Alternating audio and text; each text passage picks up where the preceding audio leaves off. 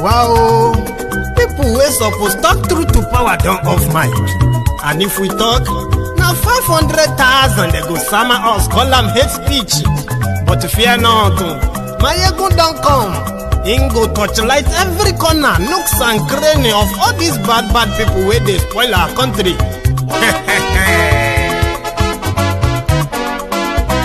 So my people make we loud, Mayegun don come, my people make we shout, Mayegun don come, Mayegun don come, man of the masses, Mayegun don come, Mayegun diary politico, Mayegun don come, this one na dey off in mind, Mayegun don come, and in dey touchlight every corner, Mayegun don come.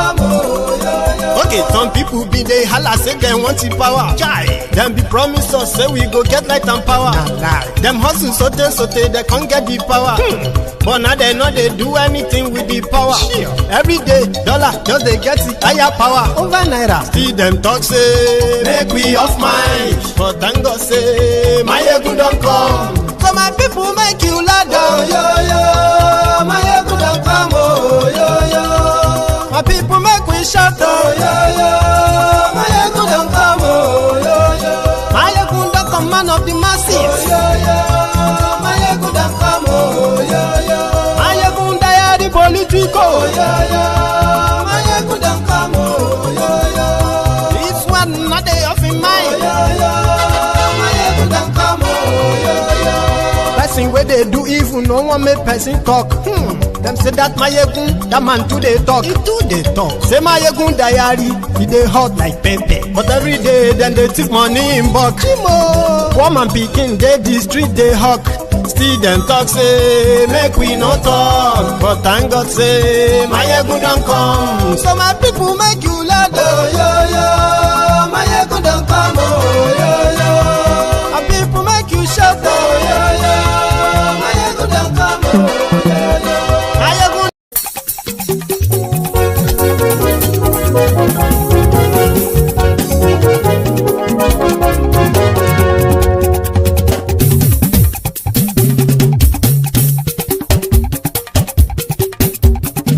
Mayegun làwa mọ̀ làmọ̀ tó dòdòdò. Mayegun diary ayé bí nọ́mbà wá. Mayegun làwa mọ̀ làmọ̀ tó dòdòdò. Mayegun diary ayé bí nọ́mbà wá. Mayegun ti dé o ọ̀rẹ́ ara ìlú. Mayegun diary ayé bí nọ́mbà wá. Lórí Facebook lórí YouTube. Mayegun diary ayé bí nọ́mbà wá. Gbogbo bó ṣe ń lọ ni Mayegun já wa sí. Mayegun diary ayé bí nọ́mbà wá. Àṣírí ọ̀jẹ̀lú kì í bò níbẹ̀ o. Mayegun diary ayé bí nọ́mbà wá. Bó bá ṣe eré àní Mayegun máa wí. Mayegun diary ayé bí nọ́mbà wá. Ó sì tún ṣe eré wàá gbọ́ níbẹ̀ o. Mayegun diary ayé bí nọ́mbà wá. Mayegun diary politico. Mayegun diary ayé bí nọ́mbà wá. Godfatherism kò sí lọ́rọ̀ Mayegun. Mayegun diary ayé bí nọ́mbà wá. Ẹ farabalẹ̀ sẹ́ o kẹgọ́rọ̀ lẹ́nu o. Mayegun diary ayé bí nọ́mbà wá. Àní Mayegun làwa mọ̀ tó dòdòdò. Mayegun diary ayé bí nọ́mbà wá.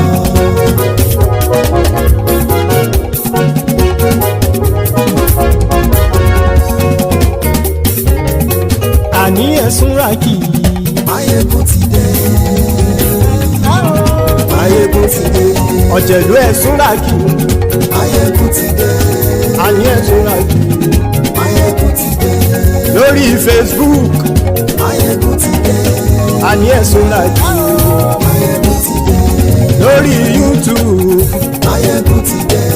Àní ẹ̀sùn ràkì. Mayegun ti dé. Bọ́ bàbá gbé wúrẹ́. sọ́ra jù. Ijó ìgbádìyẹ. Àníyẹ sọ́ra jù. Pẹ̀sìdó bá rúfin o. Àníyẹ sọ́ra jù. Hello there, brethren. So good morning to you, good afternoon to you, and a good evening to you as well, from wherever you are joining us. It is Mayegun Live. So thank you very much once again for joining me. Remember, as a quick reminder, after reading the caption of the broadcasts, read the description as well. Then like it, share it, invite your friends, invite your not so friendly friends, tell them to join us.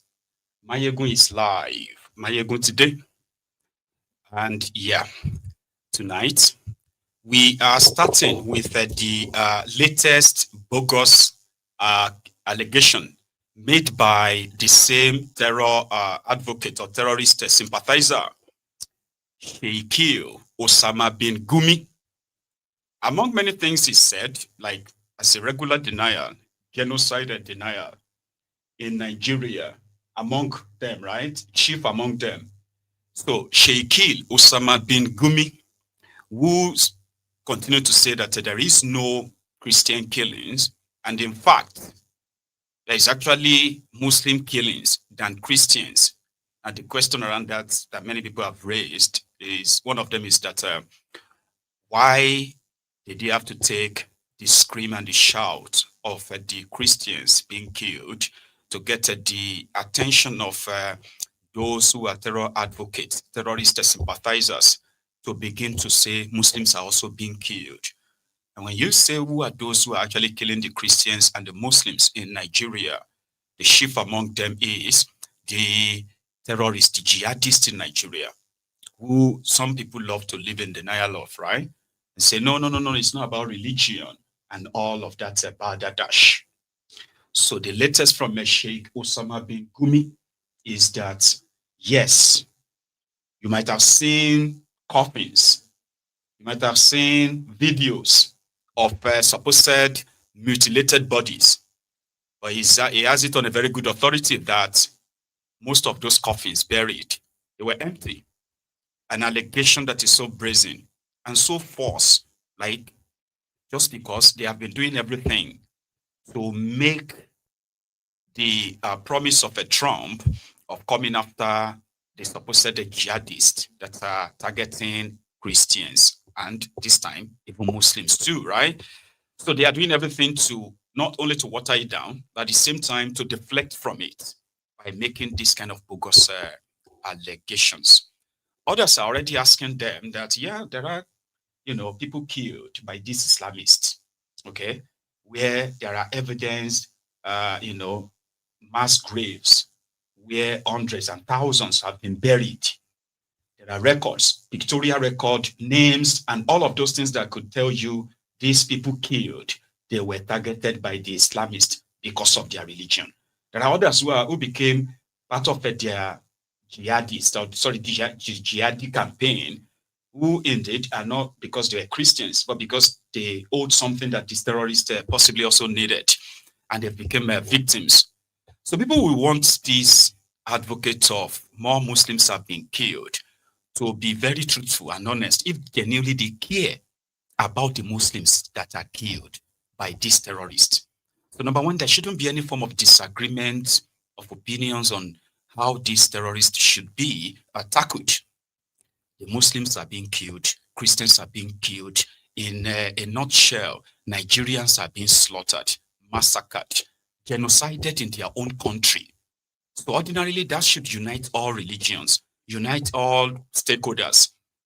But right now, those who are supposed to do that are doing everything to deflect by pointing fingers and tell you that it's not that bad. Oh, it is in fact that bad. At the same time, blowing hot and cold at the same time. Like Gumi.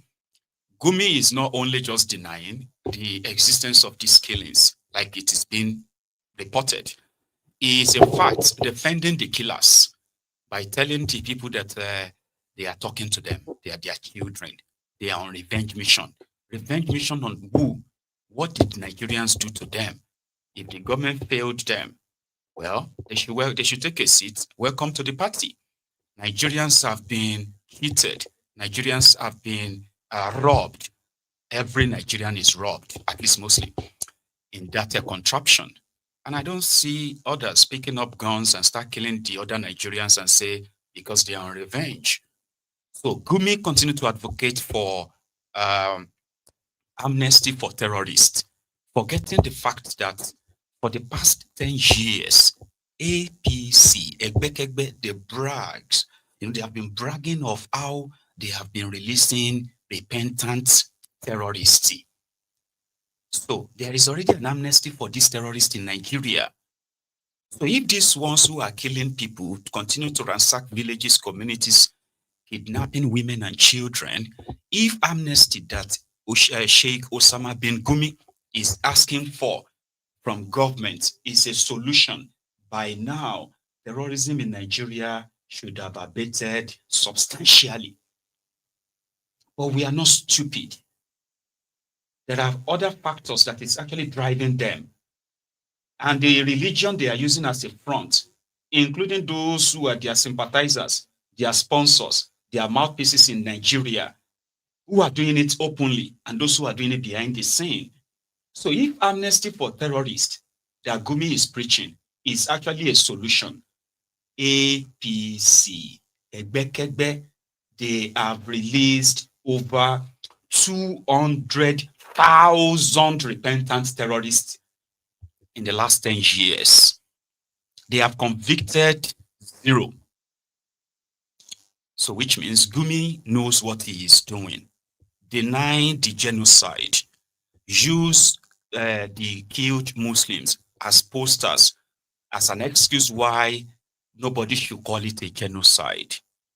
But telling us that those people were killed and buried, they were fake coffins. That is extra. And that's where we're going to start from this evening, ladies and gentlemen, brethren.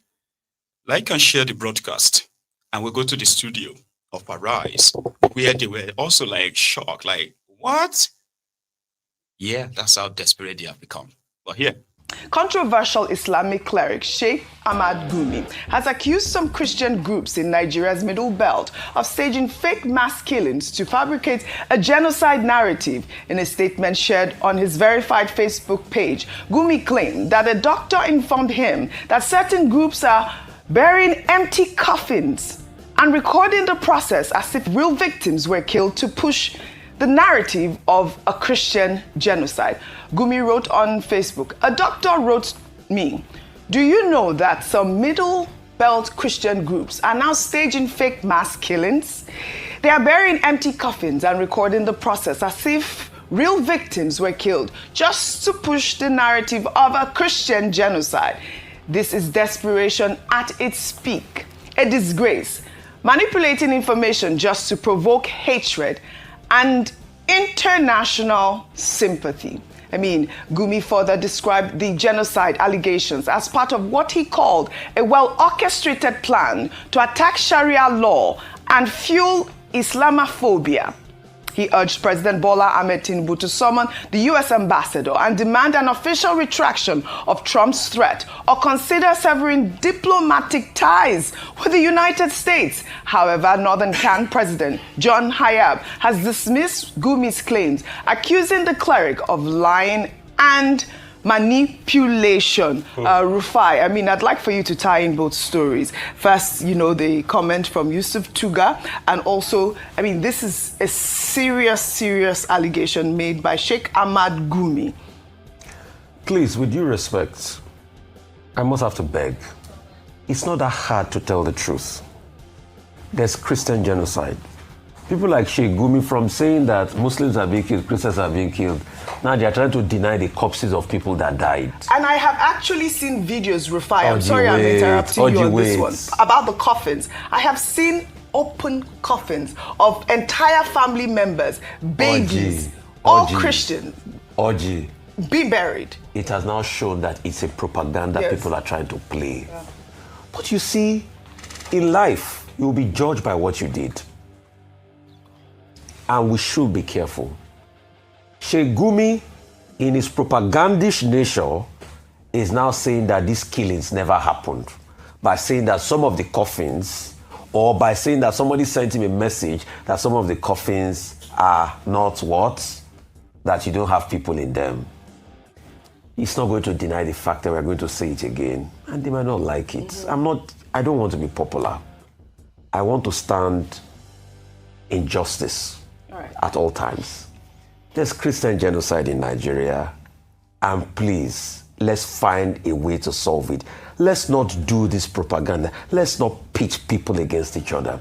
And let's not deny the killings and the pains of Christians. We have to say things the way they are so that the government will solve this problem.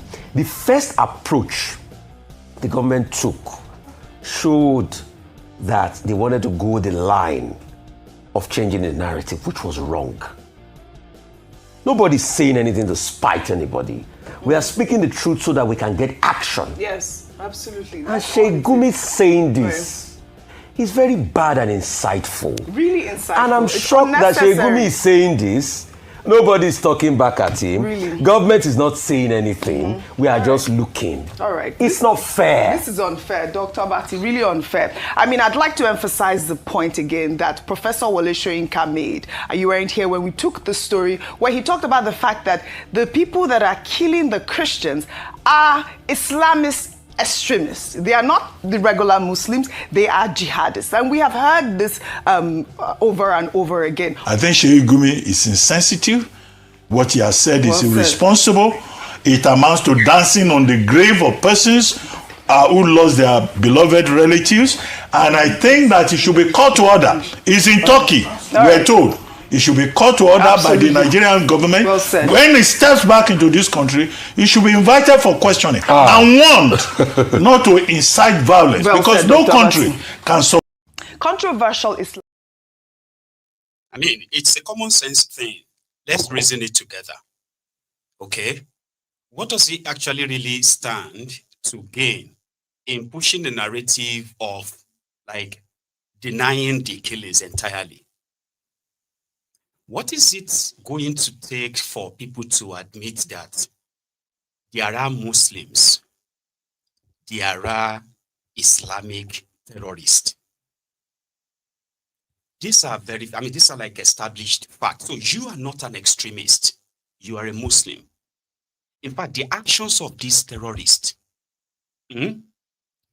tarnishes your religion's image to some extent.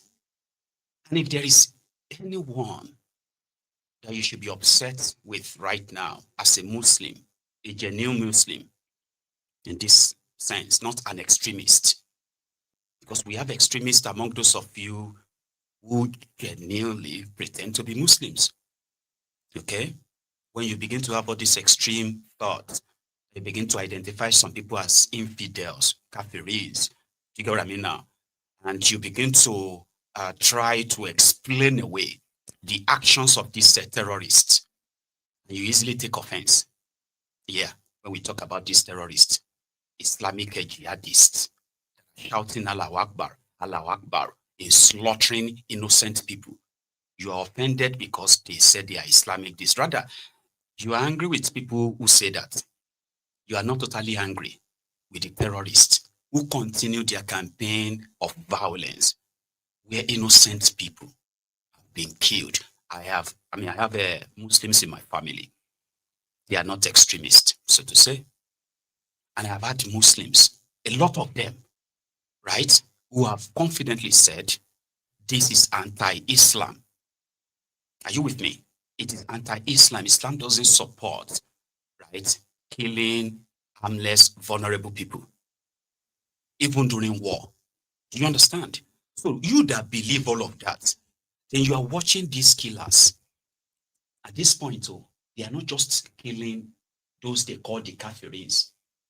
They are also going to mosques, slaughtering your own supposed brothers inside mosque. You know, when they kill people in a community, they say, oh, if this community is populated with, Christians.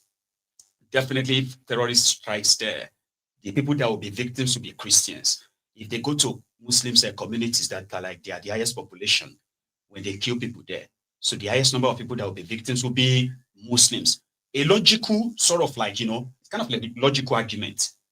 If all of us want to be like balanced, and we are not here to do competition about more Christians are killed, more Muslims are killed. I am talking to you as a Muslim, you as a Muslim now, right? So your own brothers and sisters in Islam have been killed by these same terrorists inside mosques.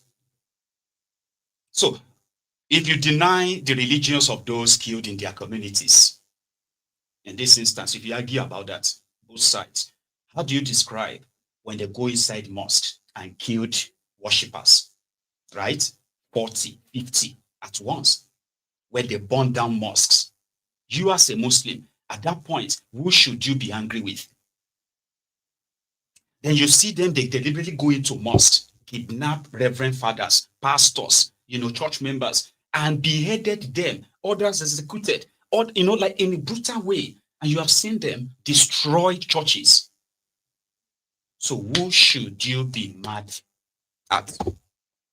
Should you be angry, right, that people are reacting based on these actions, and you are mad at them rather than the people who have brought this disrepute and all of that against the religion?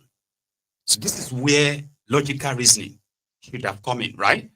Where Muslims or Christians will say, listen, this is not a competition. If the terrorists are Christians, bring them to justice, kill them. If they are Muslims, bring them to justice, kill them. Because the peaceful coexistence between both religions and others is something that if you cherish based on your religious teachings, because I believe that both religion preaches something like that, peaceful coexistence, respect for each other. You know what I mean? At least back to Nigeria being a secular country. So this is a common sense thing. There is no reason for anybody to sit anywhere trying to explain anything to anybody when people are being killed, displaced, and you are arguing whether it is Christian genocide or Muslim genocide. Now you are going to the extent of helping them to push the propaganda on both sides. You are dancing on the graves of the victims, right? The Reverend Father that has now become almost the face of this, advocacy for either internal and external help. Reverend Ezekiel Dachomo taking up the challenge, and has also challenged Gumi that, Gumi, if that's the route you want to go, we can take you to the mass graves that we dug and where we buried our supposed loved ones. Personally, the man buried tens of members of his own church, slaughtered and killed by these terrorists. So he's got this first-hand experience. And of course, if somebody like Sheikh Gumi is sending out signal that people who are the survivors, families of the victims, that currently there is no real plan for them, by the way. If you ask the government of Nigeria and say, what are you doing about this? They will tell you they are going after the terrorists. The military is Kinikon. They are, all those lies they will tell you. In all they say, you will never see them tell you that there is a government plan from federal to states for the survivors, the victims of this Boko Haram, ISWAP, Lakurawa, Fulani terrorists who have advanced so deep into the heartland of northern Nigeria, including the middle belt of Nigeria. So if somebody like Sheikh Osama bin Gumi could go on and deny this death, and their families are watching, the government has no real plan for them. Only when election is coming, you see some of the politicians, some of the NGOs, they'll be visiting these victims. There is no plan to return them back to their homes. Many of them are hundreds, if not like thousands of kilometers away from their own original ancestral home. That at this point, we now have verified evidence of some of these communities that these terrorists, Fulani terrorists especially, killed the indigenous people, chased others away to the refugee camps, and then they renamed the community. I There's actually one they said they called the outpost or something. You know, Amantan or something, like a Fulani name. They changed the name of the community. There is more, however, force this Reverend Father. It has started. I give God the glory for what God is doing. I'm begging you in the name of Jesus Christ. I've just received a provocable news that this grave, that 27 people are lying on this grave. And by God's grace, we are going to build this grave. It's yet to be built because people are still mourning. People are still in trauma. So we allow people to subside in their pain. So that we come one day, we'll rebuild this monument. And the name of the people that have been destroyed, killed, together with children, we'll all label it out as that of Dogo Nahawa. My fellow brothers, as I'm here, people were crying. Why should Sheikh Gumi open his mouth and say it was an empty corpse?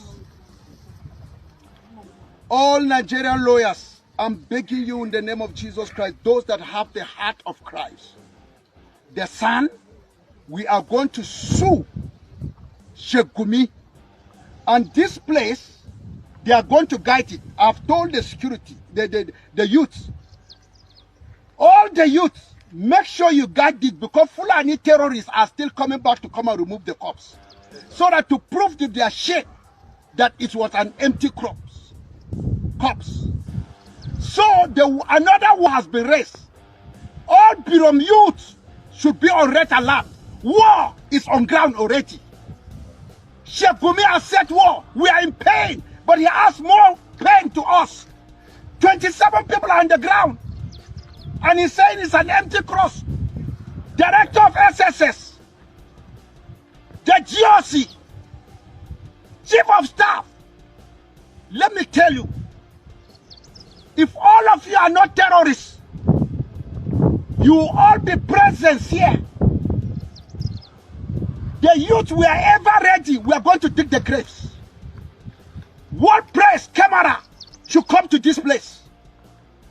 We are ready to remove the corpse before the eyes of anybody, and we'll open the coffin one after the other. World press, send your press to this place. American press, Canada, I'm begging you. World press, Al Jazeera, I'm begging you, come to this place. Fox News, come. Let us dig. Because Sheikh Gumi says it's an empty grave. We are not a religion of liars. Christianity doesn't lie. They know. But Islam is a religion of liars. So all the children of Islam are a bunch of liars. They came out and said there's no genocide. And the so-called can, they joined them. Because their light is dead. They don't have any light again. They have lost their saltiness. That's why Islam is marching on Khan and give them a decision what they will do. Come and see what is happening. As I'm going around, the last grade that can take 27 people, and it took 27 people that are right here on the ground. This is the distance. As the grave is so large,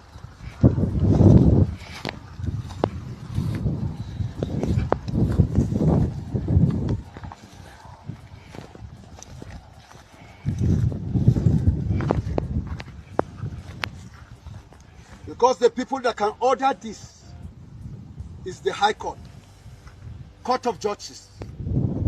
The Chief Judge, they have to give order until I meet our lawyers.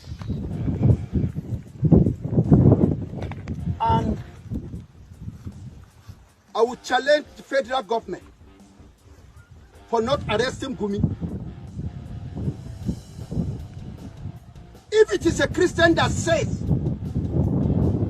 that it's all corpses that have been buried in Zamfara Casina, I could have been in danger. The Council of Islamic could have sued me to the federal government to arrest me. They will make a press release that I have abused Islam. I've told you, I will not rest until God struck our enemy to repentance or to hell. Those that are destined for repentance, to accept Jesus.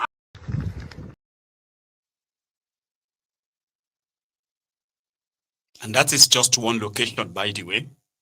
He decided to go to just one among many who have been slaughtered by these murderous Fulani terrorists on the Plateau. Their governor came out and said, with the killings taking place in Plateau State, right? It's nothing short of a genocide. They've cried, they've lied, they've deceived, they've promised, and they've lied again. Like people have been left like with nothing. So when you see them call America, America, America, you have no idea. Because initially, right, they were not calling America. They were calling on their government until they realized that the entire security structure itself has been like compromised. So a soldier, a commander, who is sent to head an operation on the Plateau, the axis where this man and his church member stays, visited his church last Sunday to promise him that, well, they have the understanding of the danger that lurk around here, especially around him, because there are other vested interests who sees him as the face of this genocide campaign. You know what I mean? Like, they see him as the face, and they have been doing everything to try to tarnish him. They said the people were paying him. There's some people are hired to fund him. He's getting donations. Indeed, he's getting donations, but they are not donations for him. That is why if you are not really following it, you are going to easily get deceived or bought by some of their lies, sponsored by those who have no interest of actually ending this. They do not have the interest of ending it. Not now. Here you get. So they've been pointing fingers that he's been acting movie, he's been dramatizing things, all those things that you are saying, it's not that bad, and all that. So when they hear 200 people killed, 250 people killed, 100 people killed, so these extremists, these Islamic jihadists that are yet to have access to guns, like these murderous ones, right? I'm talking about those ones that want to explain it away by downplaying this death, these killings. Those people could still be alive if Nigeria was a real country, at least. So they play it down. And the man, his life, his household, his church have come under the radar of the terrorists. They have killed Islamic preachers, clerics, who have openly, right, preached against these terrorists. We have had that. Yeah. And right now, the Fulani terrorists have placed what they call the fatwa on him. So fatwa is the Islamic word for death sentence, right? And that is what their blasphemy law and all those murderous ideas, all those, what do you call all those 12th or 10th century ideologies, right? That's why those extremists who are hiding behind religion, they want them implemented. But people have caught up now. They've come a long way in pushing this their religious, politically sponsored Sharia campaign in Nigeria. And they are not limiting it to the northern Nigeria. Their dream is to ensure that the entire country will eventually adopt Sharia. And people have clocked it, and they are resisting it. So right now, they are shouting Islamophobia, Islamophobia, while people are actually being slaughtered when everybody should, possibly right now, whether you are a Christian or a Muslim, right, should be more interested in how to end this murderous terrorist. If right now, you as a Muslim can see that you too will be killed if this terrorist grabs you, then realizes that defending or trying to talk it down is like you defending the terrorist indirectly. So the right thing right now doesn't mean what narrative anybody is pushing. Government should be neutral. Who are the culprits killing Nigerians? These are the terrorists. Clear them, kill them, protect Nigerians. Whether you are a Christian or a Muslim, that argument will be defeated right away. If Nigerian government, the military and the rest of them actually have the political will to go after the terrorists as we speak right now, the argument of whether they are Christian genocide or Muslim genocide will fizzle out. Around that time, all of us will now begin to understand that those who are shouting that doesn't want these terrorists crushed, but rather pampered, they are the true sponsor of terrorism in Nigeria. So if the government is interested, they will arrest the sponsor, they will kill the sponsored, the terrorists themselves. And when everybody faces justice, you and I won't need to be shouting and explaining whether it's Christian genocide or Muslim genocide. It will be Nigerians being genocided. But let this man finish. Still for repentance, to accept Jesus as their personal savior, whether sheikhs or who. Let me tell you, since Islam is that satanic, evil, ready to suck blood, after they have sucked the blood of my people and they are saying the cups inside are empty, God of vengeance, where are you? Arise. Where are you? Arise. Where are you? Arise. These are not empty cross here. Cups. My people are inside this grave. Don't keep quiet. Father, are you alive? You are. The blood of people that have been led in this village. You are God of vengeance. Take vengeance. Take vengeance. You said vengeance is yours. I am begging you, take vengeance. Show mercy to those that are merciful. Show your judgment to those that don't deserve judgment. For this man to say empty cups, let their blood fight back. Let their skeletons fight back. Let the ground destroy the spirit of Islam. Jesus. Now that is coming from the place of pain.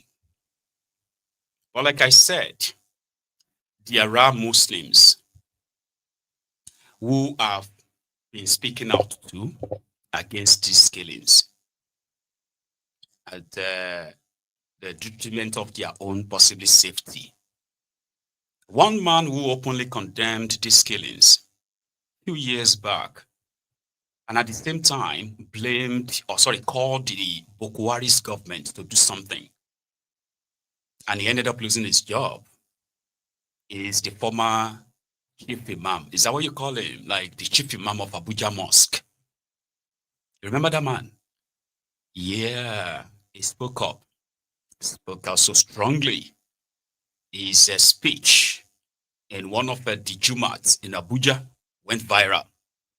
It was from the heart. He explained the way he kind of like broke it down enough for people who are even like Muslims themselves to understand that it is the right thing to do. He spoke about the mismanagement of the country by a man that they thought would be so different from others. That was a Boko Haram, but it was worse. 2 days later, he was relieved of his post. He was relieved from his post, from his job. And he's still speaking his mind. Remember him? Doctor, bring you back into the conversation. What do you make of the politicization of the arguments for and against the intervention of the United States and other interested parties in the international community? What do you think is playing out here? What is playing out is a deviation. We have deviated from the main track, the mainstream. If I, as a Muslim, forgetting that in the Quran, Allah subhanahu wa ta'ala categorically stated that destroying one's soul is equal to destroying the whole humanity. If he, as a Christian, forgetting the piece which says, thou shalt not kill, then we are deviating. There is no qualification whatsoever in the Bible when the Lord says, thou shalt not kill. He did not say, thou shalt not kill a Christian. Thou shalt not kill a believer. The meaning of this is that thou shalt not kill or allow killing of any person, any human being. And the meaning of the Quran is also clear. Therefore, as Muslims, if we are to talk, we are not going to celebrate somebody killing a Christian. We are not supposed to support any person killing a Christian or an unbeliever. And as such, we're supposed to come together, talk to the government as people.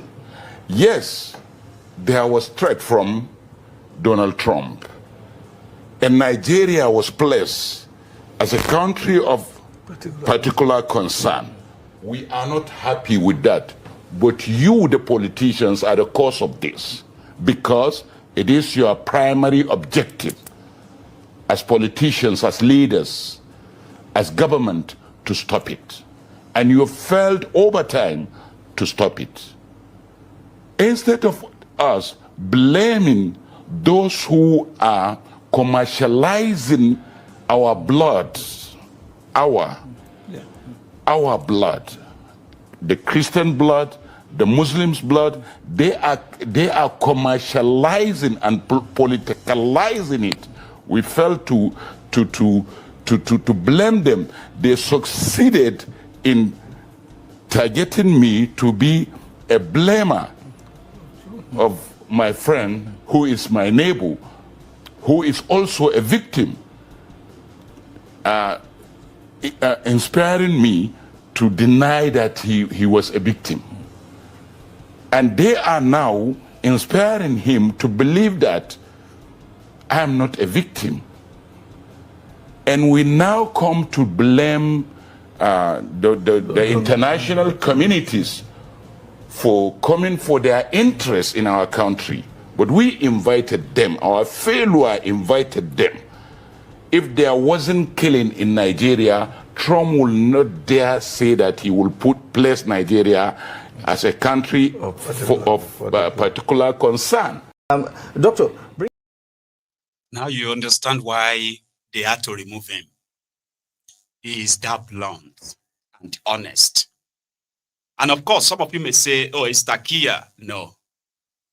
Others have told us that his background shows that he's an Hausa. Just like when you see those who are Muslims from the southern part of Nigeria, I mean, it will make you feel like that's the best Muslim or whatever you are in Islam. And that in itself has contributed to the acceptance, the degenerated violence way of how the northern Nigeria extremist Islamists have defined Islam. But in Nigeria, yeah, on the one hand, you will see a Muslim from southern part of Nigeria whose understanding of Islam and the one he is practiced for years is non-violent one. But that same southern Nigerian Muslim who knows that in northern Nigeria, they could kill hundreds of people because of a cartoon published by a Danish newspaper. They could start killing people in Kano. Now, this is Nigeria. So in this one Nigeria, a southern Muslim knows that. Even though he or she It's not raised that way. But it kind of knows.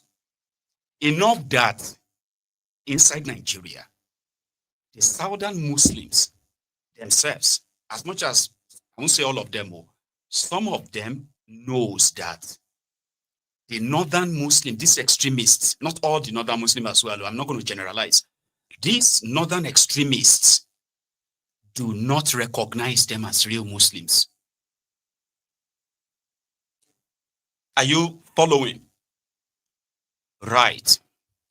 You see this level of, what do you call it? This level of kind of like discrimination, exists, but it's so thin that it is not so pronounced, but majority just accepted it.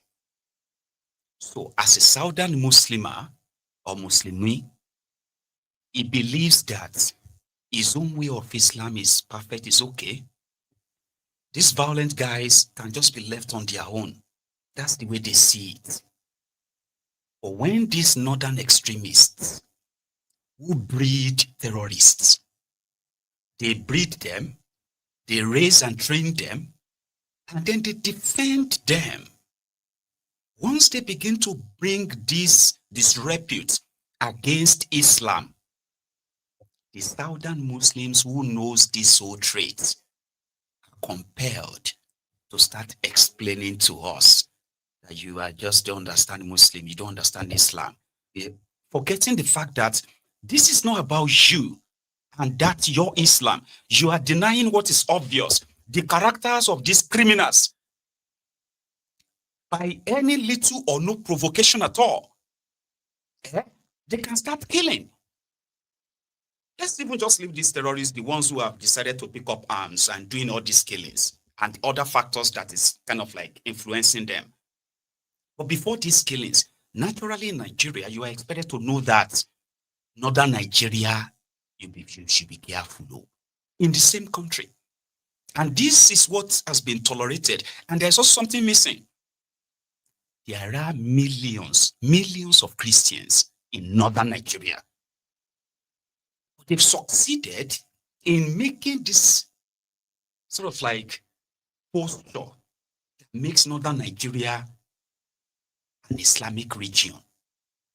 Do you even know that the number of Muslims in northern Nigeria and the numbers of Christians in northern Nigeria is practically equal if there are no more Christians in that place? But it is an argument that you are likely going to deny, even if I present all the data for you right now.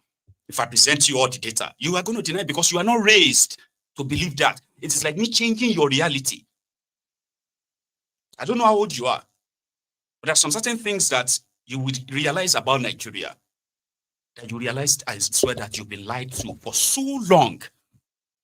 For somebody to now tell you something different, it's going to be like that person is stupid or something, even when they present you facts. Because that is going to change your reality.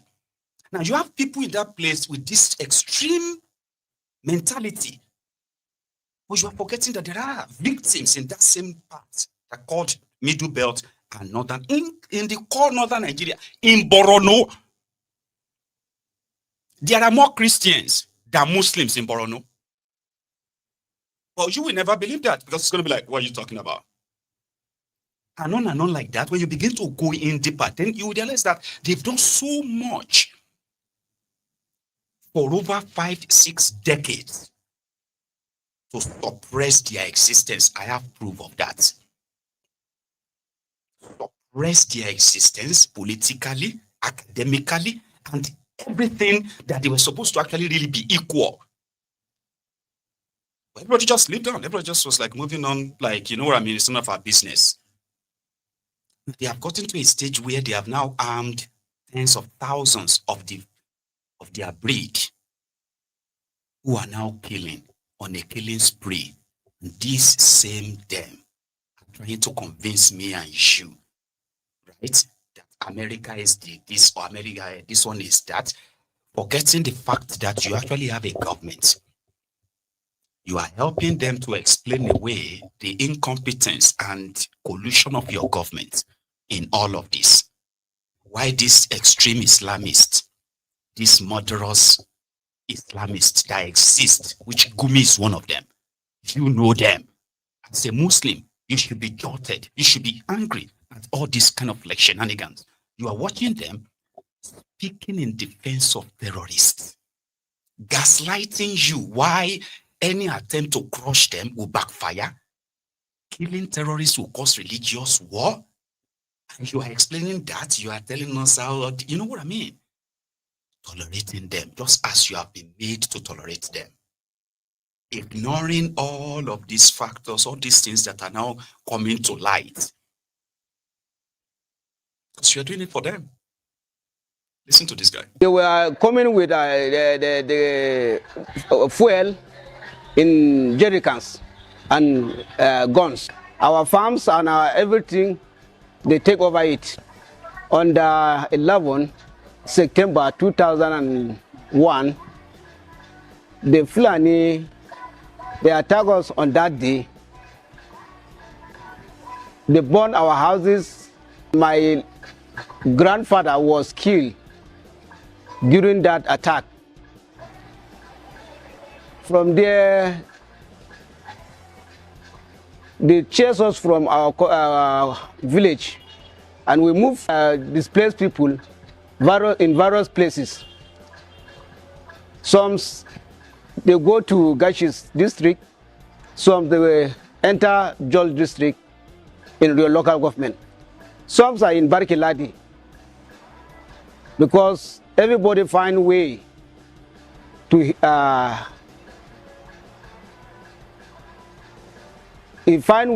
enter to escape from death.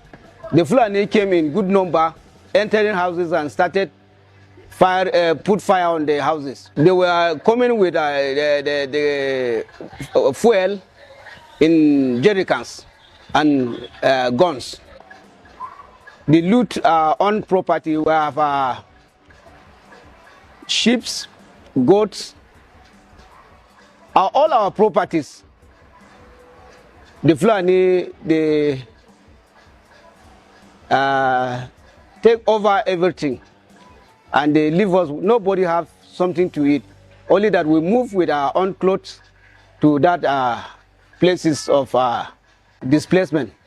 Since then, the Fulani they invite their brothers from neighboring states or countries to that area. For now, nobody is staying there as a Birom. Our farms and our everything, they take over it.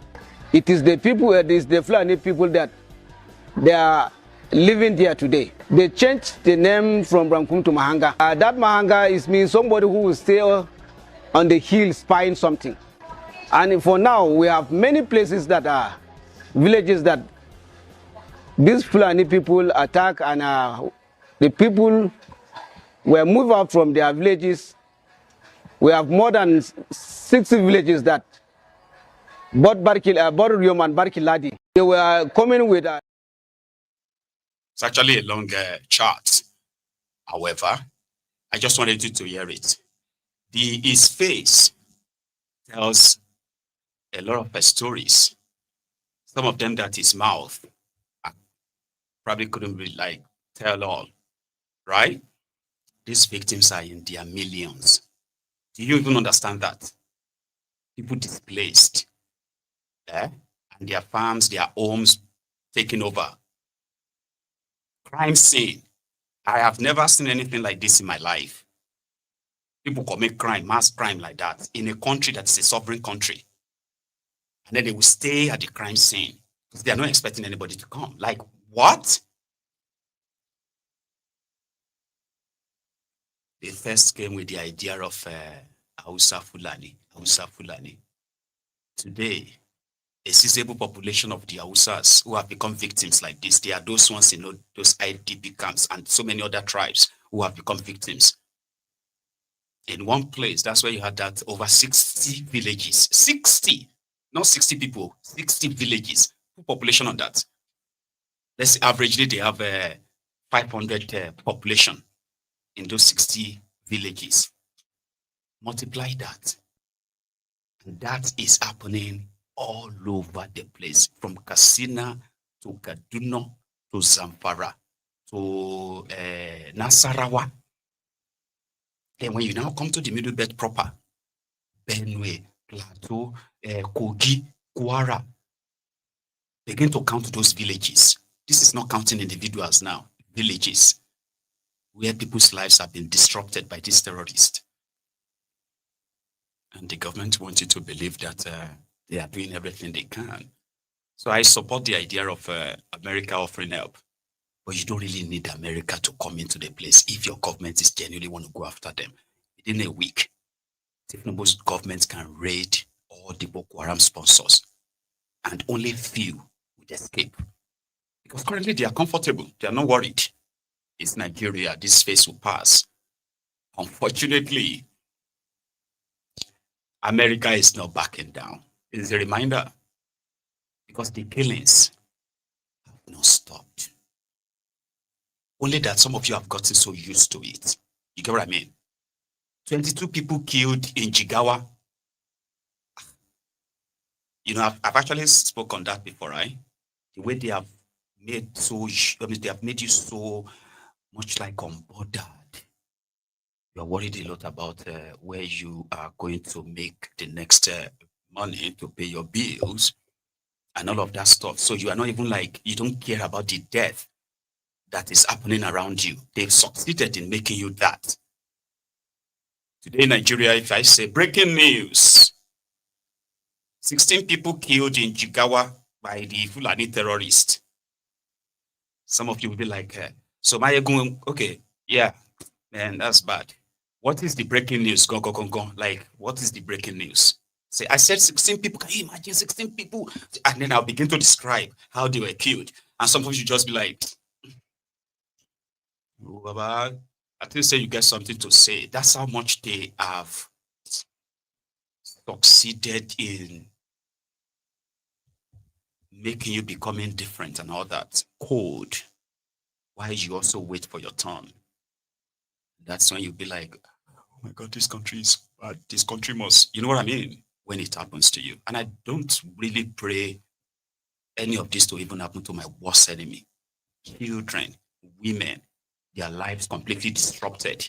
They've been totally uprooted from their place. No plan, no future, no nothing. They ended up in strange place with other strange people who are victims of the same crime.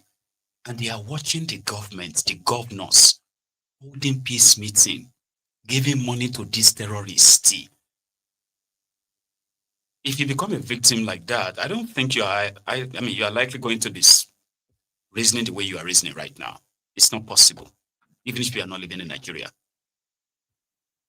If anything should happen to your community, you, as comfortable as you are, wherever you are right now, if the news breaks that they are already in your place, they are killing everybody, they are burning everybody, do you really think you are still going to hold the same view that you are holding right now against those who are speaking up and calling for help, for those who continue to be victims? Do you think you are still going to hold the same view?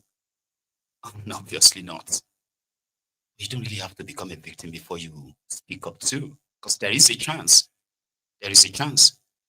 that once they begin to realize that they have so much to lose, but because right now they are pretty much comfortable, who's going to challenge them? Or maybe when the pressure actually really comes from a place of concern, a place of love, not because you are yet, you are a victim.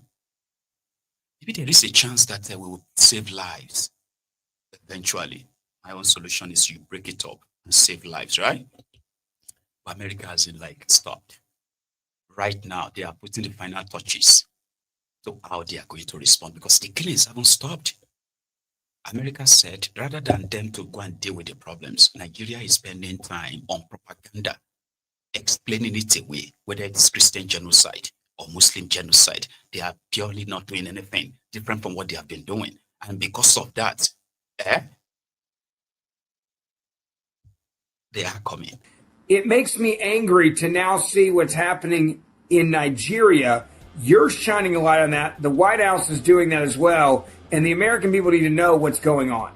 Yeah, listen, radical Islamic terrorists, they hate Christians and they hate Jews. and they have murdered vast numbers of Christians. They have murdered vast number of Jews. They continue to do so, and they also murder a significant number of Muslims. Radical Islamic terrorists, if you don't embrace their radical jihadist view, their ideology justifies violence or even murder to force you to submit. And the 13 years I've been in the Senate, I've spent a lot of time fighting for persecuted Christians all across the globe, especially those being persecuted by radical Islamic terrorists. Boko Haram, that is in Nigeria, is a vicious radical Islamic terrorist group.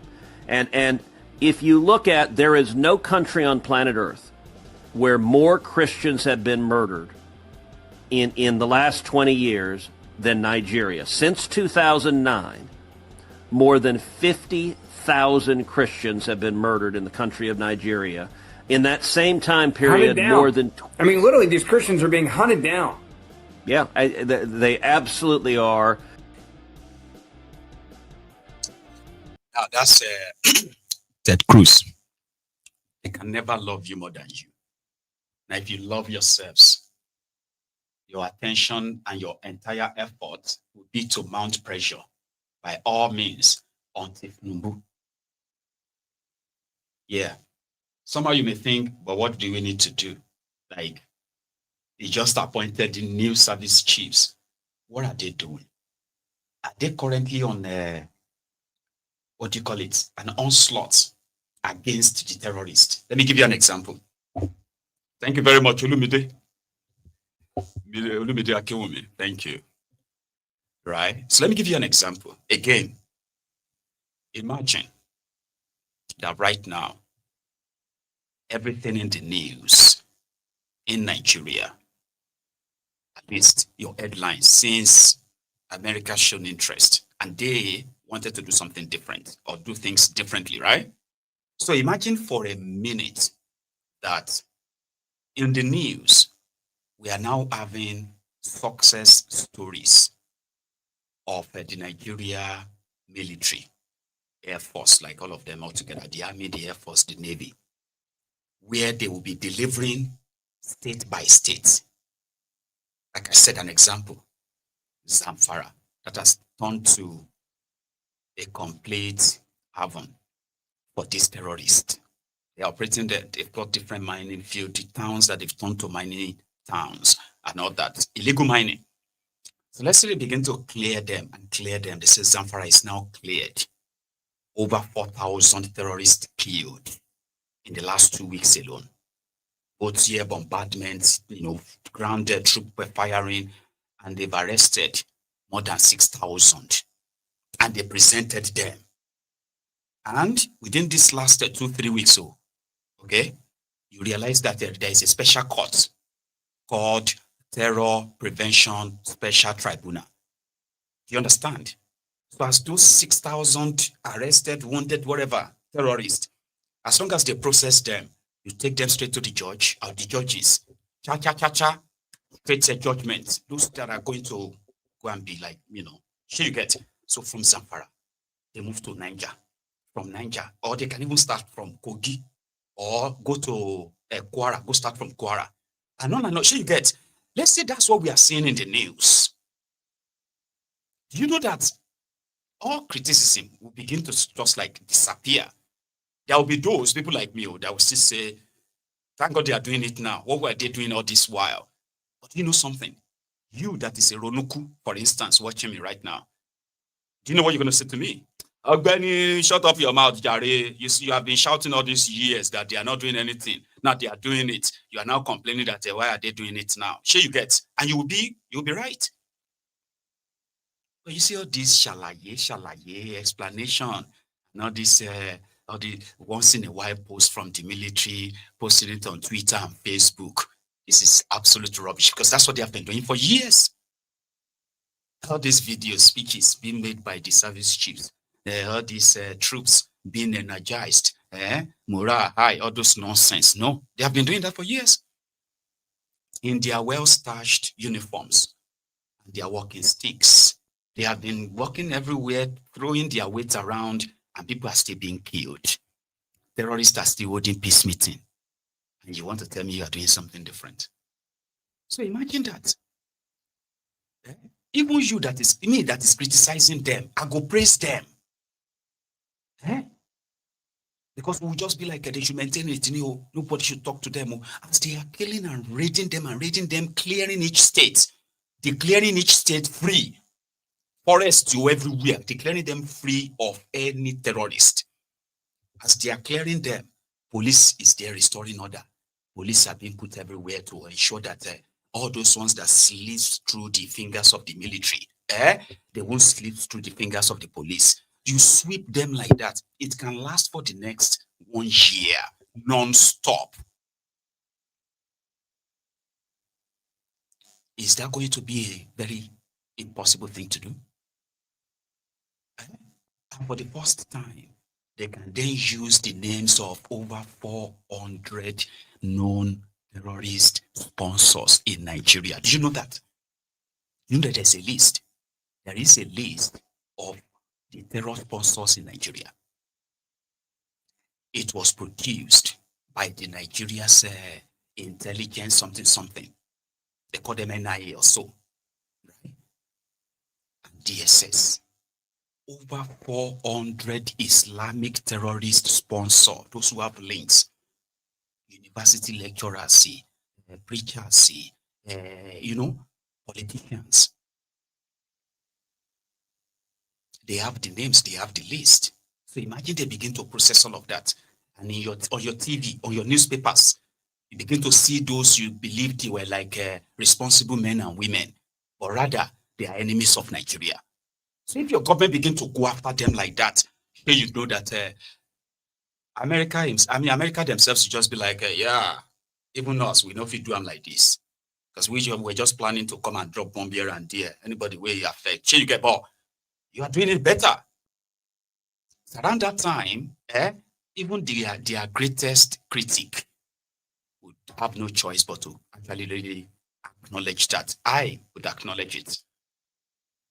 For those of you who feels like you don't see anything good in them, I say, okay, how about you tell us the good thing they are doing? And how is that affecting you and millions of others? So there are those in northern Nigeria who also sort of like agreed with this sentiment when they are not being religiously biased about things. They do say the truth. Like this 6 or 7 months old video where one of them was actually saying what I just said. You cannot just sit down watching them to do whatever they feel like doing simply because they are professionals. You cannot talk to them. Give them target. During Jonathan, we brought mercenaries. They were about to finish Boko Haram. But because of our complacency and personal aggrandizement and personal interest, we asked them to go back. And we are still battling with the issue. I was in Borno State as a member of a state House of Assembly when the mercenaries were in Borno. There were less than 30. They operate in a place like this. Everybody with a laptop before you, observing what is happening in the bush. The moment they discover an enclave, they will be able to identify how many weapons do they have, what kind of weapons are they using, how many AK-47 do they have, how many explosives do they have. They will take only 3 or 4 people in a chopper, go and clear everything. They will snap pictures before clearing them and bring back exhibit. We are about to finish it. And because of interest, personal interest, that if we allow mercenaries to finish this thing, we are not going to get anything. How much was the bill given by the mercenaries? Even Russia is employing mercenaries to fight for them, isn't it? Are we stronger than Russia? Is there anything wrong if you can bring somebody that can fight for you? There's nothing wrong in that. So I'm sorry if people are saying that National Assembly is not doing the needful, National Assembly is not providing the enabling laws. We have provided all the enabling laws. The enforcement of such laws is not ours. If government is not ready to implement, there is no way we can compel government. The only thing we can advise government. If government refuses to do it, there is no way you can force them. Because they have the machineries for implementation. You do not have.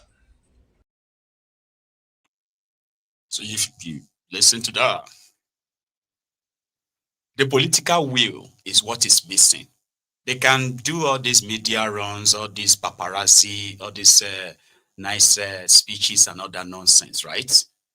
But the real thing is that the political will to just implement your own laws. Where you have law, there is order. Where there is no respect for the rule of law, there will be chaos, disorder like you have. So political will to just say, you know what, let's do this now. No, it's time we do this now. And they will do it. But you just said him, said because of their interests. Because they started campaigning against Jonathan. They said Jonathan was killing the northern Nigeria. They said he was killing to reduce their population so that the southern Nigeria will be more than northern Nigeria. They accused him of sponsoring Boko Haram to reduce their population. Then they accused him again when they are killing the Boko Harams that he is killing northerners to reduce northerners' population. It was a crazy time that time. I don't know how old you are. 2015, 2014. It was mental. APC was practically defending terrorists. Enough that they went to America and told the Obama government that if they sold weapons to Jonathan, he will use the weapon to kill oppositions. Honestly. And America believed them. I mean, when it was politically convenient, America believed them. They placed embargo on Nigeria, arms embargo on Nigeria. Nigeria couldn't buy weapons. But they kept pushing, they kept pushing, they kept pushing. Immediately APC, Egbekegbe came to power. The first action of Buhari, the first one that he did on this issue of insecurity, right, was to sack all of those mercenaries. They sacked them.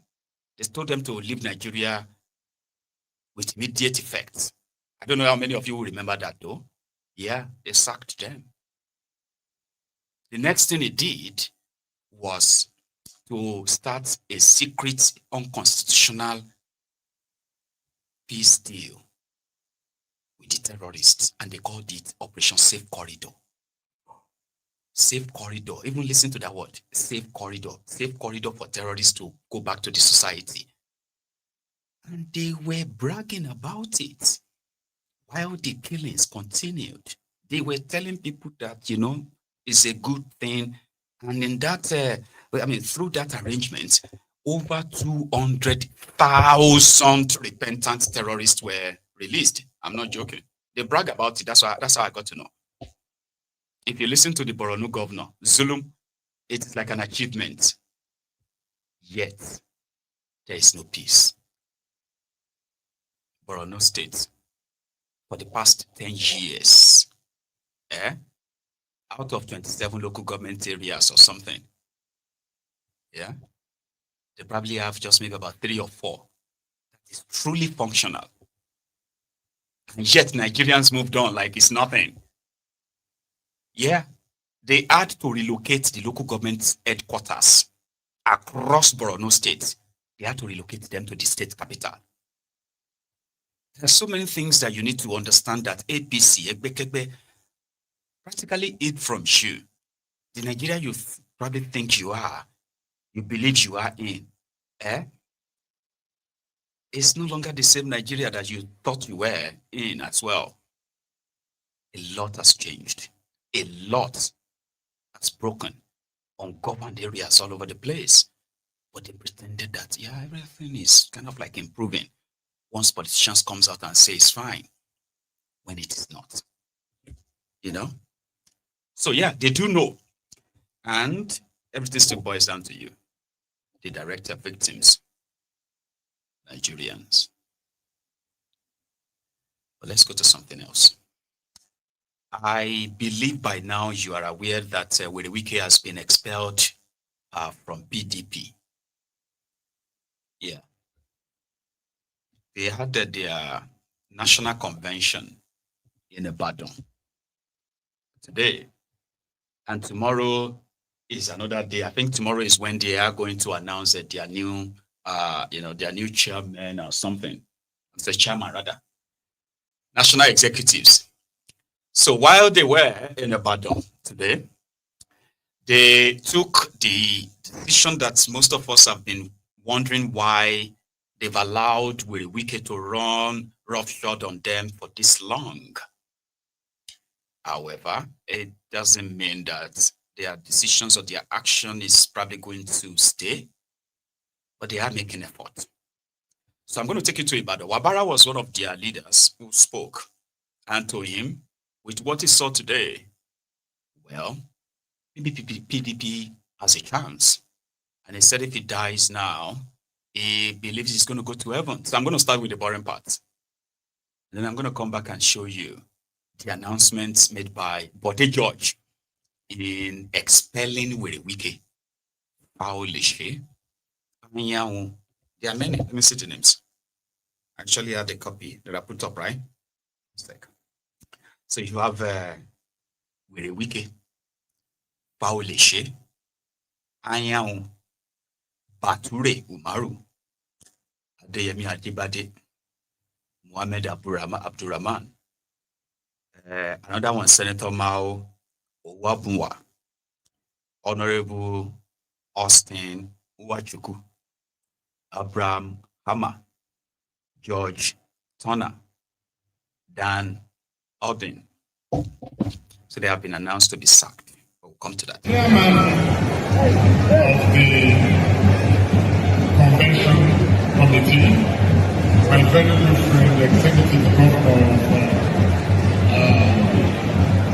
of Adamawa State, my very good friend, thank you for your job well done. Thank you for your job well done. Yes, you did it before, you are doing it today. The history of PDP cannot be written without your support for this party and your input.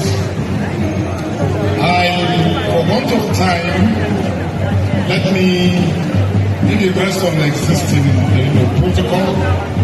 You save time because that today is far spent. The delegates here present, thank you for coming. The God that brought you to this day will take you back safely. But you cannot go back safely without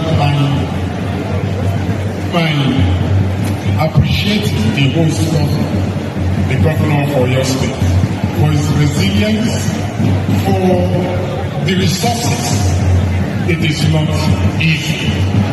It is not easy. May God continue to bless your wisdom and grant you health and more life.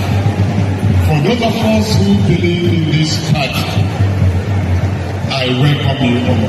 This party will not die.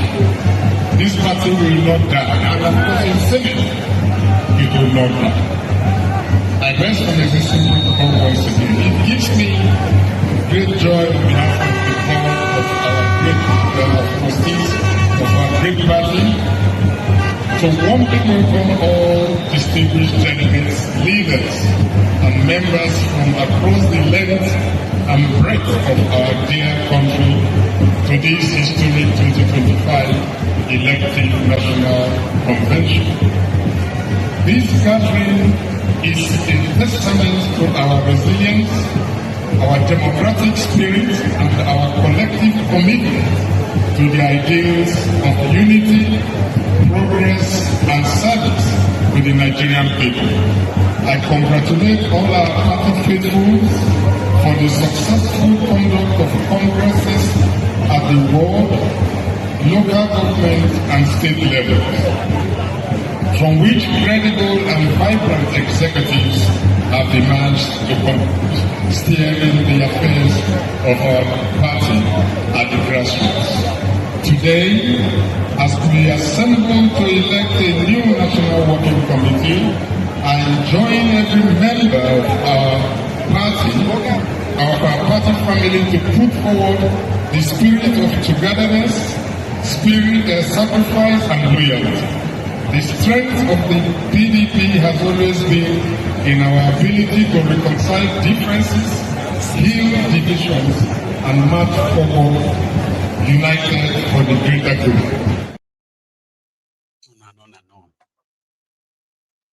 Thought two. Thank you very much, Baba. I cite you. So, meanwhile, brethren, you actually reminds me of that now. Anyway, so Thought two's book is still very much available on Amazon.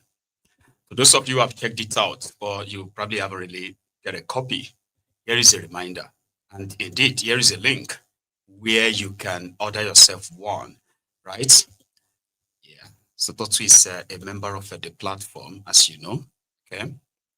Now, PDP is in a situationship where the egos of those who became something through the party continues to clash. A clash of ego clash. Werey Wike is holding his side. As much as the PDP, this faction is holding their national convention in Ibadan. There are evidence of those who are part and parcel, especially governors who are participating in this right now, but are very much already in APC. They haven't made it official yet, right? However, they are already on their way, but they are participating in what they call the National Convention. So it came to light that the supposed chairman of the convention in Ibadan Today, Umaru Fintiri, the governor of Adamawa, Atifku's state, who is also being expected to join APC in the next few days or weeks, came to the podium, and then he announced that, oh, hang on, I think this was after they announced the expulsion of Werey Wike and others. So let's take that first. Beginning with Angel One Nelson Wike, Ayo Fayose, Senator Samuel Anyayu, Honorable Umar Bature, Adeyemi Ajibade, Senior Advocate of Nigeria, Senator Mao, Honorable Austin Wachiku, Abraham Ama, George Dana, Chief Dan Obi, with the expulsion as per the motion read heavily by our elder statesman, citing our constitutional provisions as enumerated. That is Chief Olabode George, and heavily seconded by my chairman, Sis Adamu Bunga. Those in support of this motion say aye. Which is the chapter. Hereby is upon the motion moved by our elder statesman, Chief Olabode George. I hereby support the motion.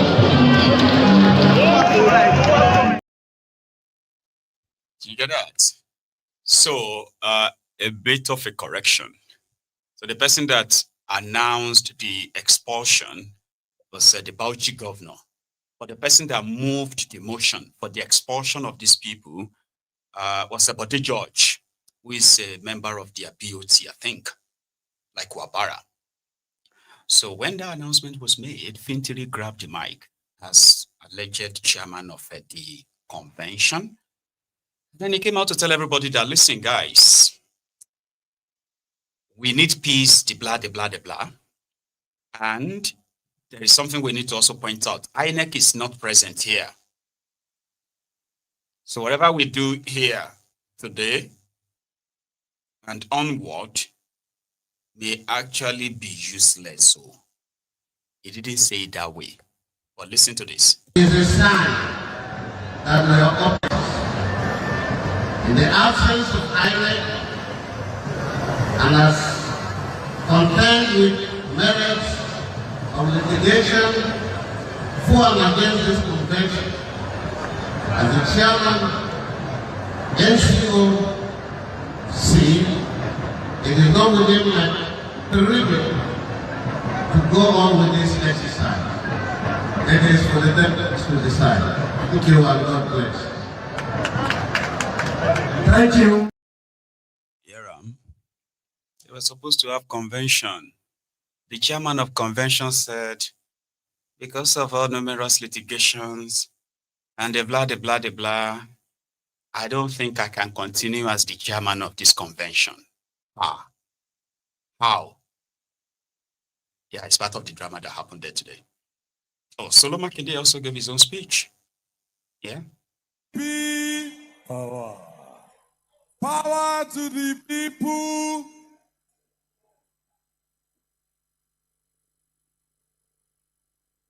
The national chairman of our party, Ambassador Omar Damagun,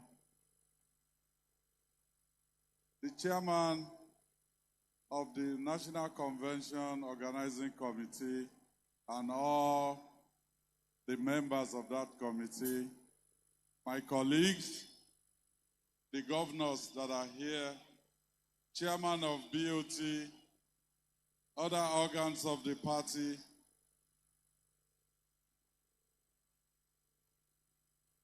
the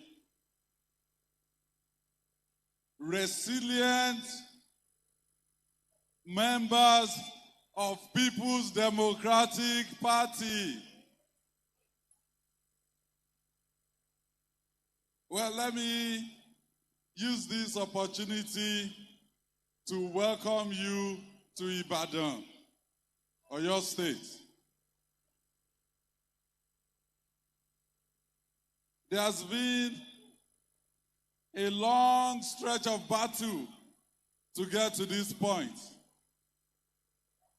But here we are.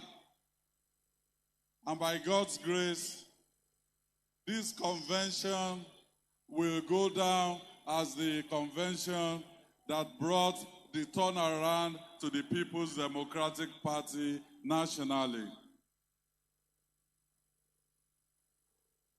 So please, as you go around, don't only politic. You should use the time also to taste amala and gbegiri in Ibadan. So on that note, on behalf of the people of Oyo State, especially our party members in Oyo State, we welcome you to the 2025 National Convention of PDP. Thank you and God bless. ọ̀rọ̀ tó ń sọ yìí ọ̀ ń ṣeré ni àbọ̀ ń ṣe èrè. The ball on top. Thank you. And that's why we are keeping record, remember? The reason for Mayegun's Diary Politico is for those who usually get drowned in that Stockholm syndrome. You get what I mean now? Like, they say Nigerians are very forgetful because they have so much to deal with. As they are coming out of one worry, they are entering another one and entering another. They don't really have time to remember the one they had last year, which is a very good reason why the criminal politicians in Nigeria seems to be getting away with a lot.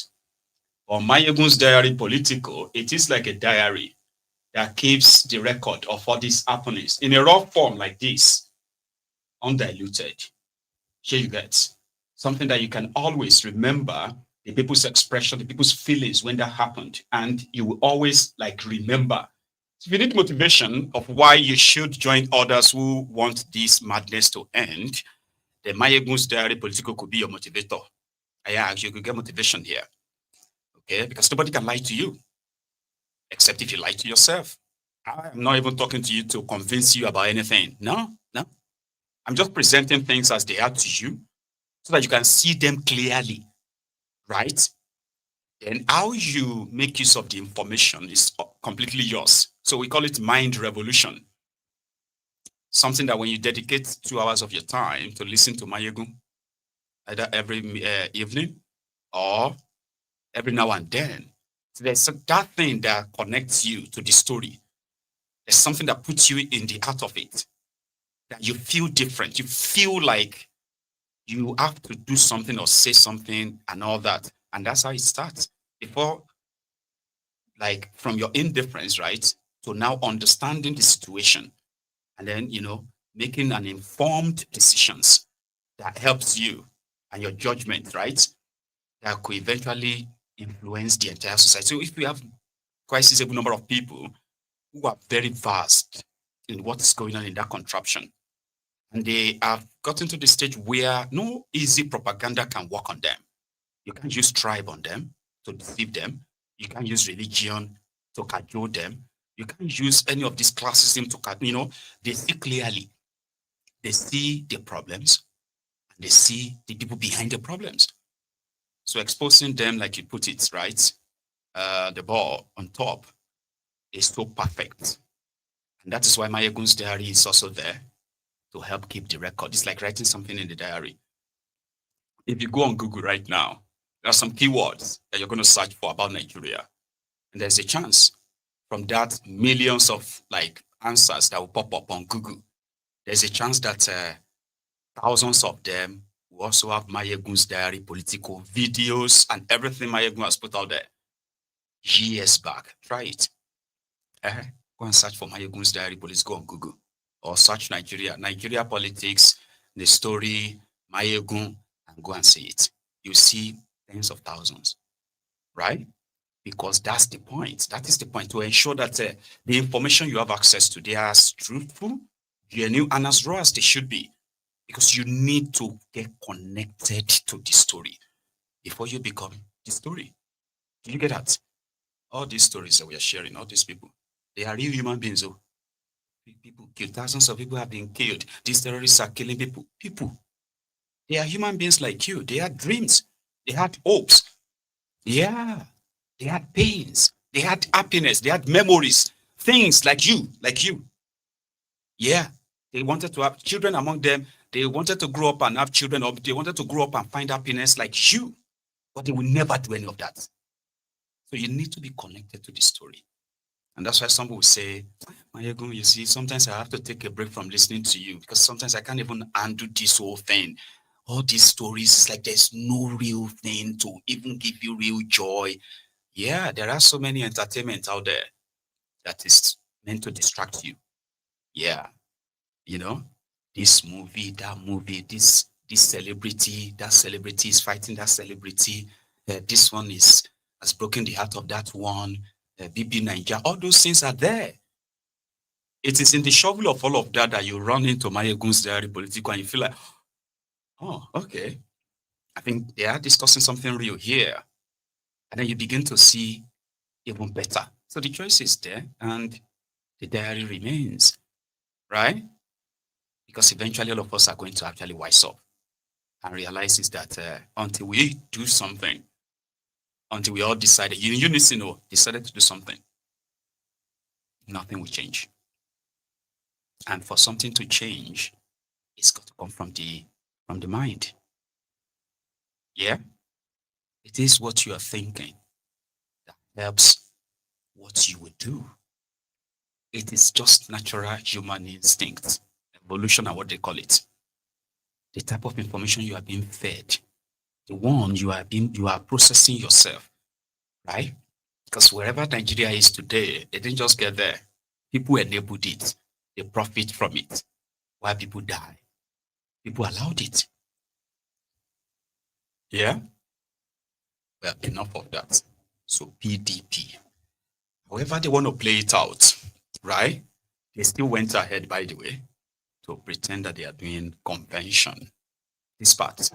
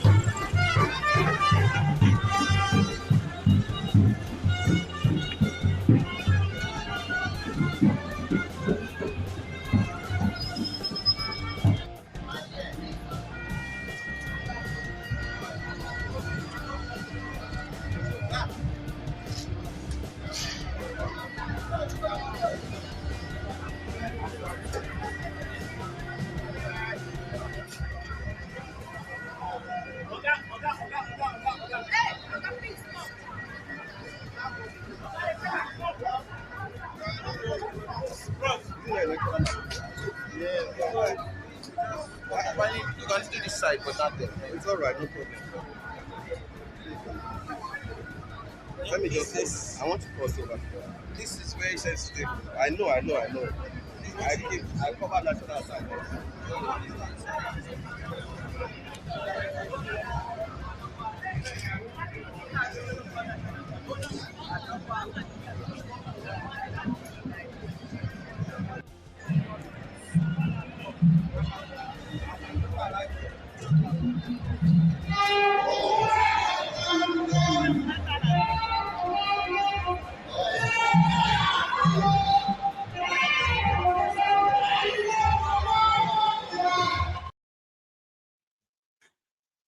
Anyway, so Wike is expelled from the party, while two governors have already rejected that.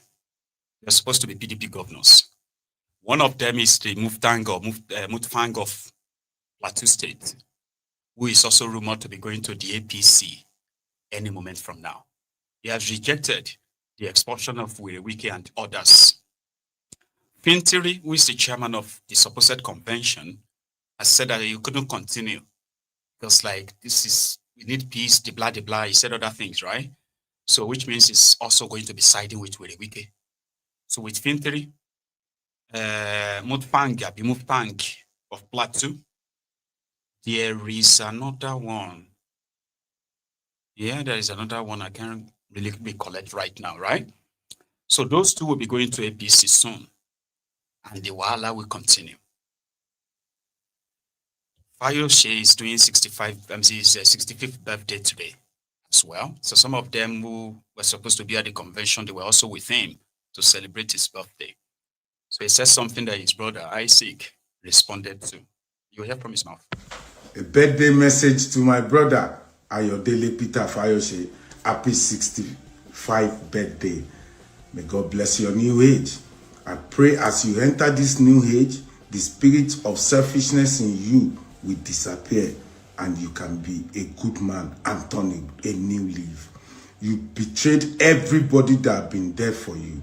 I remember 23 years ago, 2002, my sister, Bimpe Shoriolu, late Bimpe Shoriolu, sold her land in Maryland, Lagos, for you to buy PDP ticket when you didn't have money anymore.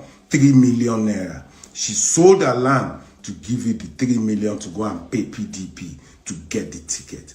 Everybody that helped you in life to be where you are today, you betrayed everybody. You had your birthday yesterday. None of your siblings from your mother's side, none of them were there, including your mother, because they didn't even invite your mother. They believe your mother is a pain in the ass. Ayodele Fayose, you forget so soon. Everybody, including the political party that helped you in life, that gave you tickets twice to be governor, you betrayed the party. All your PDP political family in Ekiti, you betrayed everybody. You betrayed your siblings. You betrayed your mother. You betrayed even our late sisters. Kai, my brother, life is not about being relevant all the time. Look at Adeleke family. Look at Oji Uzokalu family. Look at Abubakar Rimi family. Look at Yaradua family. They stood together. They grow together. They move together. But to you, you believe once you are okay, every other person can go.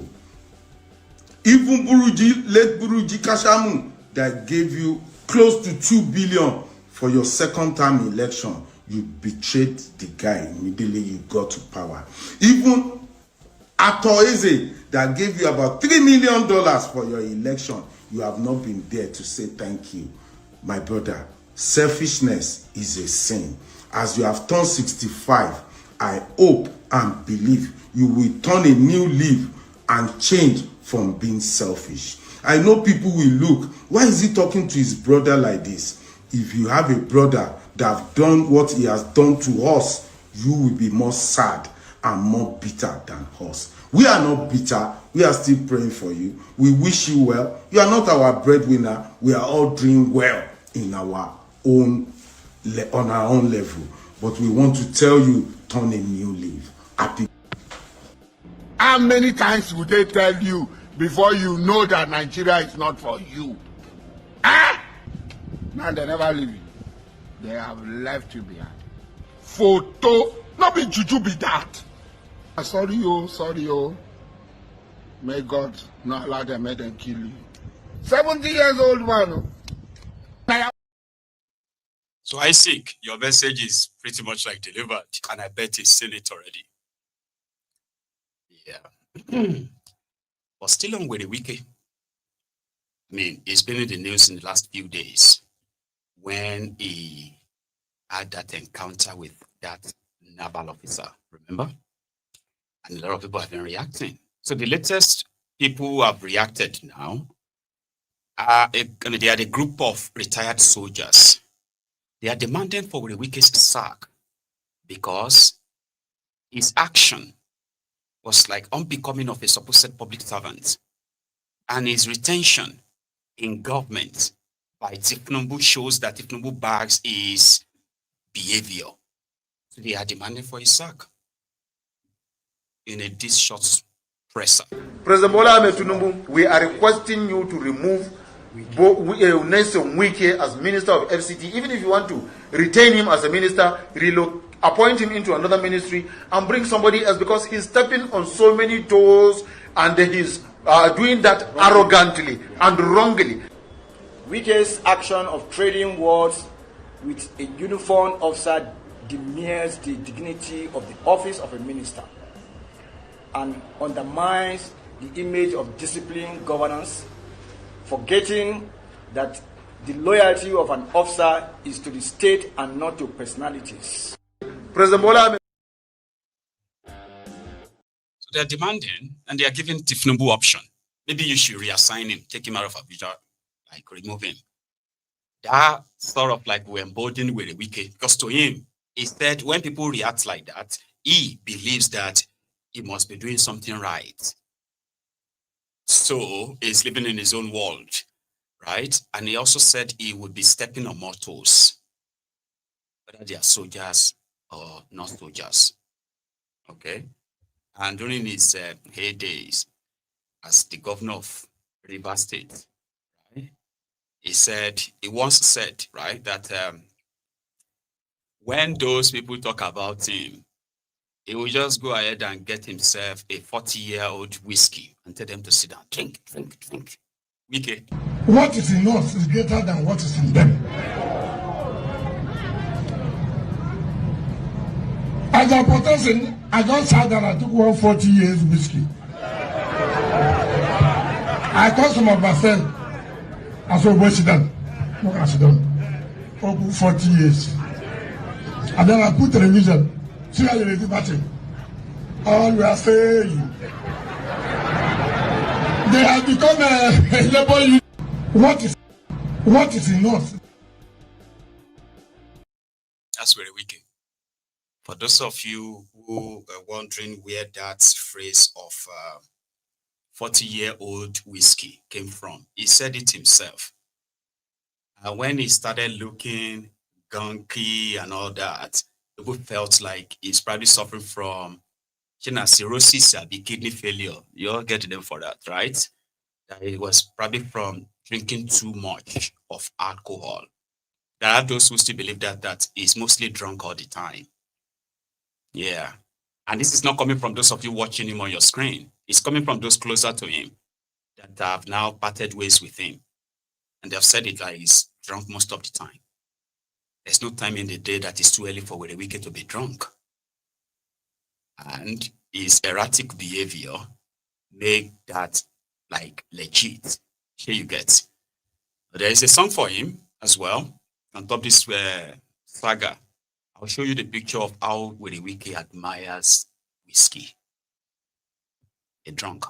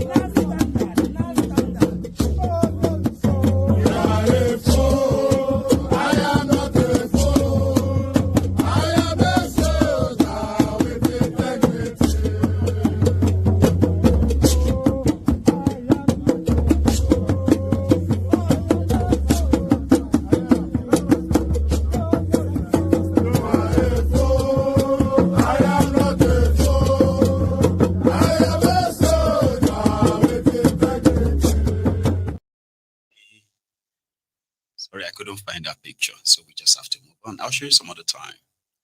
Right? He loved whiskey. There is a madman that I don't know when you possibly realize that he's a madman, or some of us call him a charlatan, a pulpit bandit. Remember that guy that said he had a vision that if Tinubu becomes your president, that unstable maniac. Ayodele, his name is Ayodele. Some call him prophet. And sometimes he'll be fooling himself on TikTok, on social media, predicting football games. Most of them comes back, all of them comes back like a fail. But he's a shameless charlatan, by the way, old as well. So recently he's been moving mad. First he said Donald Trump was coming to come and take Nigeria resources. A charlatan, don't forget. Present himself as a man of God. Man of dogs, so to say. So his latest rant is using his church. I don't know what provoked that, and I don't know how much self-awareness is pretty much like eluded aim, but for his age, and in this day and time, with the state of this contraption, this Nigeria now, anyone, any reasonable person will never at least want to use their platform to promote any of this tribal hatred and others. We are dealing with a divided country, courtesy of the APC. But APC didn't do it alone. It is now a policy. So this charlatan and a video that is currently trending is the fact that unprovoked, without any provocation, Ayodele grabbed his mic in his church and told his church members that the Igbos are the problem of Nigeria. Like, how did you arrive at that? Sure you get. But we all know why it is being pushed. There are already those who are saying that designating Nigeria as a country of particular concern, right, is the handiwork of the Igbos. It is because they don't love Nigeria, not because terrorists are killing Nigerians. No. They say because the Igbos don't love Nigeria, that's why they made America to say they want to come and kill terrorists. And they are pushing it. Most of those who have spoken in that direction are Yoruba pastors. We have seen Ade Farasin. We have seen one idiot that's currently on social media as well. They have a name for him. I can't remember his name right now. Then you have this charlatan. In this current Nigeria, Igbos, they are tired of this world called Nigeria. Hausa is not the problem, but the Igbos. Any Igbo can go against it. You can lambast me, you can insult me, it's not my business. It gives me courage, it gives me more glory and blessing. Your insult. Igbo, they are the problems of this country. They are desperate of power. They want to rule Nigeria at all costs. And I've not seen them ruling Nigeria, even in coming dispensation. Let them bring, when 10 trillion will come out. Igbos, they are betrayal of themselves. People cannot control Nigeria. Let's be realistic. Let's be honest with ourselves. But they don't understand. Instead of them to seek wisdom, they are flexing muscle. And that's not the answer. That's what Tinubu does not even know. Obasanjo, who is advocating for them, they are the one who spoil it. All these Obasanjo, Yakubu Gowon, who are they? Many of them. So Obasanjo wants to make an amendment now, when it's too late. Tell the Baba to go and sleep. We can't make any amendments. Igbo, there is an error at the beginning. A course is on you. If you don't reverse that course, Igbo, you can't be president of anything in Nigeria. Note and underline wisdom, understanding, knowledge. Igbos, they are tired of this world called Nigeria. These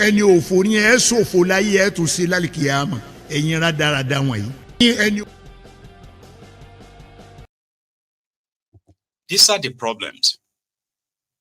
You see all this tribalism, all these things that have now become mainstream in Nigeria. They are Tinubu's politics. It's not because these guys gives a shit about Nigeria. They don't. It's even worse. They don't give a shit about Yoruba land. They don't. But you can always see people of that age. You see that his age, you see what he look like. Ayodele, he'll probably be in his late 50s or maybe early 60s. So you get. You see that generation. It is with that confidence that they address and pass on this tribalism to the next generation and the generation after and the generation after. And none of this generation has been wholly able to ask them to explain why this generational hatred in a contraption that when they said they wanted to leave, there is a Nigerian army which also comprises of Igbo, Yorubas, Hausas, Fulanis, and other tribes. They conspired and they went on to kill 5 million Nigerians, supposedly. 5 million Biafrans. To force them back into Nigeria. Only for you to now institutionalize tribalism, profiling them. And that is why you will see just somebody who is 25 years old. He will confidently tell you, Igbos will never be president of this country. Because he heard it from the people like that. Yeah. And that's one thing about war. Especially war that is powered by ethnic, tribal hatred. The fight to keep them in Nigeria was not because of the love for Nigeria. It built up from the hatred for the Igbos, which was like a common enemy for the political interest of that time. So when they finally got what they wanted, forced the Igbos back to Nigeria, they didn't want to accept them to be part of Nigeria. And you see somebody, a 25-year-old man, a 30-year-old man, or even a 40-year-old man, who confidently tells you, right, that Nigeria is one country, but at the same time, the Igbos can never be trusted with power. And I'm like, Asao now, your Nigeria is 65 years old. Yeah. And out of that 65 years after your independence, you've had the northern Nigeria, ruined Nigeria for over 47 years of that. And 18 years of that 65 years, you have had the Yorubas in charge. You have had somebody from Niger Delta in charge. But something tells you that your own idea of one Nigeria is because your fathers, your forefathers, or whatever the rest of them told you that Igbo cannot be trusted with power. Those ones who be sitting and get the power, destroyed Nigeria, divided us, impoverished us. Currently, supporting terrorists against us, because that's a fact. Terrorists are getting billions upon billions from different state governors and your federal government in the name of rehabilitation. There is no one of them that could come out and tell you, this is how much the number of the victims of terrorism that we have rehabilitated or returned back to their homes. So they are prioritizing the terrorists. Nigeria is on and the rest of us. You and I are not really like anything to them. Unfortunately. Right? This is the Nigeria. Whatever it is right now, that is the Nigeria. This is what the Northerners, the Middle Beltans who have ruled Nigeria, the Christians, the Muslims who have ruled Nigeria. Here you get. In all of this, there is not a single Igbo person in the midst of it. But now the Igbos we can't trust. So you don't think you have been brainwashed to be like that. You want one Nigeria. On the one hand, you want the Igbos to go. On the second hand, you are happy that they militarized the eastern part of Nigeria in the name of looking for the IPOB that wants a referendum to leave Nigeria. You are happy that Nigeria militarized the place, killing even the innocent who are neither IPOB members or in support of even Biafra. You are watching that in the news. You want them to go. You don't want them to go. You are shouting one Nigeria, but they are not part of that one Nigeria in that sense. People that destroyed Nigeria can be trusted. But those who have never had that power cannot be trusted. You don't think you have been brainwashed to think like that. So it's crazy, right? That is part of the lies, the fraud of one Nigeria, when you question and begin to dip into some of this stuff. A pastor telling his church members, there is a curse on the Igbos. Who caused the Igbos? Oh, they have been cursed because, and what is that curse? The curse that they will never rule Nigeria. Are you mad? Can't you see that they don't want to rule Nigeria? They don't want to be part of Nigeria. Is that difficult? Eh? The same way, some of us Yorubas don't want to be part of Nigeria. But does that mean that when Tinubu and his gang, who don't give a shit about Nigeria, and they are sharing part of the loot of Nigeria today, does that then mean that it overrides the interest of millions of us, that if they call for referendum tomorrow, it will shock you? Right? They can never rule Nigeria. They don't want to rule Nigeria. Can't you see? They are criminal politicians that are benefiting from Nigeria. Eh? Despite all of their commitment, the money, time, even the sacrificing of their own people to show that they are honest, Nigeria can trust them. They can still trust them. But you know to say Igbos plenty for APC. Have you forgotten that some of the Igbo states, they are APC states? That has never changed the entire systemic profiling of the region. I kept saying it to you. If you see any completed federal government projects, one, in the entire eastern part of Nigeria that they started, completed, whether na road or school or hospitals or any form of like life-changing project, rail in the eastern part of Nigeria, bring it for me. I will publicize it. Because in my own research, the eastern part of Nigeria is the place where, number one, when they are sharing their projects, it is the region that received the least. Fact. And it is not by error. When they are sharing their appointment, it is the region that received the least. When they are sharing their federal employment, although since they shared federal character, they are the region that received the least. Again, when you are sharing the region with the most abandoned projects of federal government of Nigeria, guess what? The eastern part of Nigeria owed number one. I'm not saying that all of us are not marginalized, though. I'm just pointing all these things out. Something that will shock you.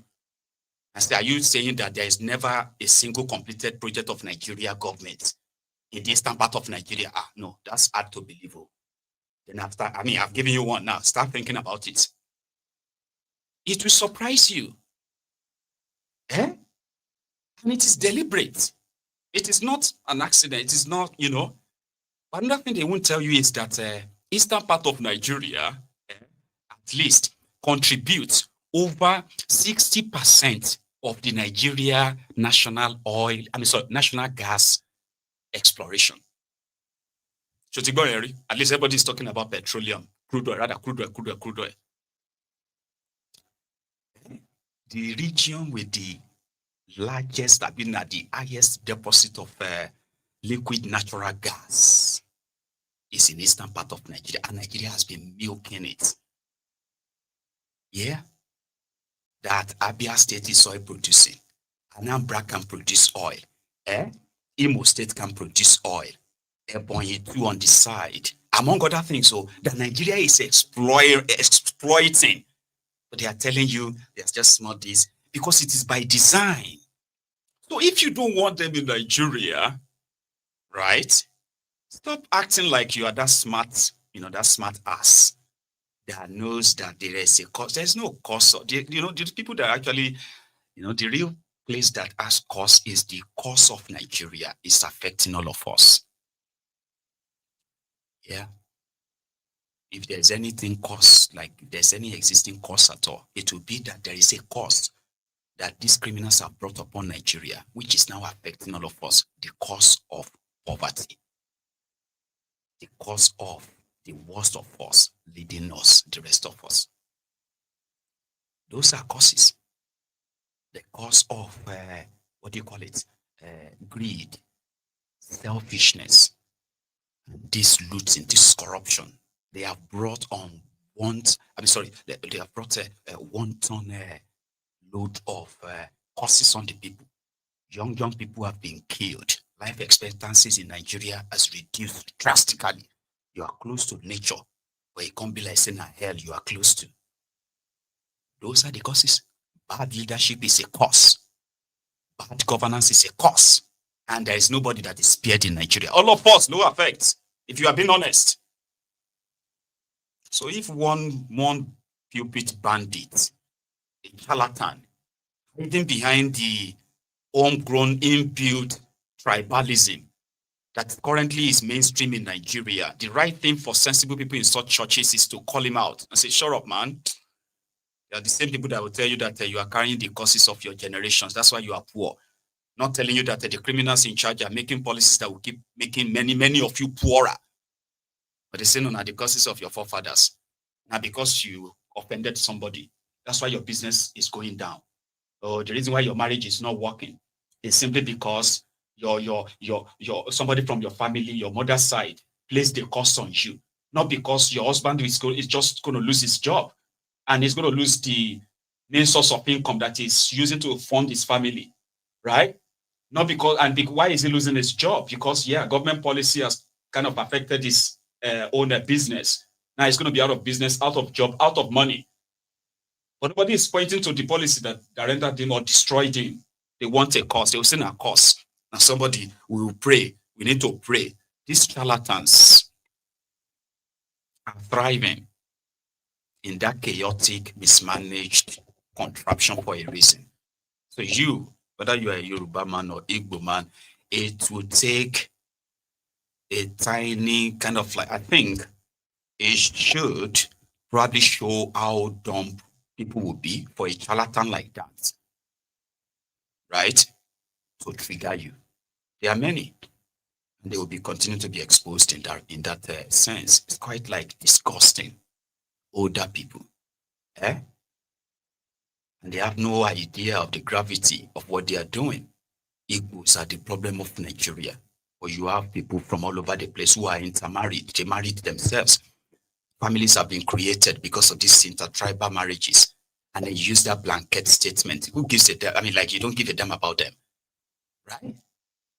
Because to you, everyone that disagrees with you politically is Igbo. In that sense, is an enemy.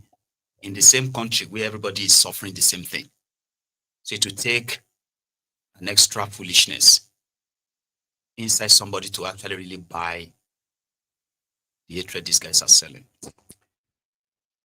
Sorry, but I'm going to end it there, right? So thank you very much for your time.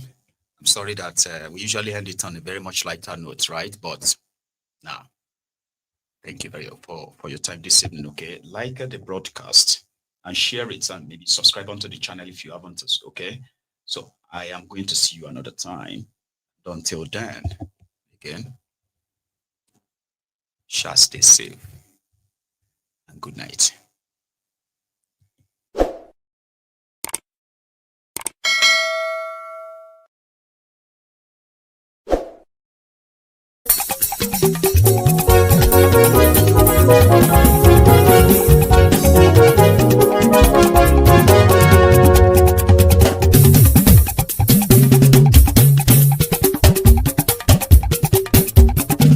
Mayegun làwa mọ̀ làmọ̀ tó dòdòdò. Mayegun dayari Nayibi #1. Mayegun làwa mọ̀ làmọ̀ tó dòdòdò. Mayegun dayari Nayibi #1. Mayegun ti dé o ọ̀rẹ́ ará ìlú. Mayegun dayari Nayibi #1. Lórí Facebook, lórí YouTube. Mayegun dayari Nayibi #1. Gbogbo bó ṣe ń lọ ni Mayegun já wa sí. Mayegun dayari Nayibi #1. Àṣírí ọ̀jẹ̀lú kì í bò níbẹ̀ o. Mayegun dayari Nayibi #1. Bó bá ṣe eré àní Mayegun máa wí. àtúnṣe rere wàá gbọ́ níbẹ̀ o. Máyégún Diary Nayibi #1. Máyégún Diary politico. Máyégún Diary Nayibi #1. Godfatherism kò sí lọ́rọ̀ Máyégún. Máyégún Diary Nayibi #1. Ẹ farabalẹ̀ sẹ́ o kẹgọ́rọ̀ lẹ́nu o. Máyégún Diary Nayibi #1. Àní Máyégún làwa mọ̀ tó dòdòdò. Máyégún Diary Nayibi #1.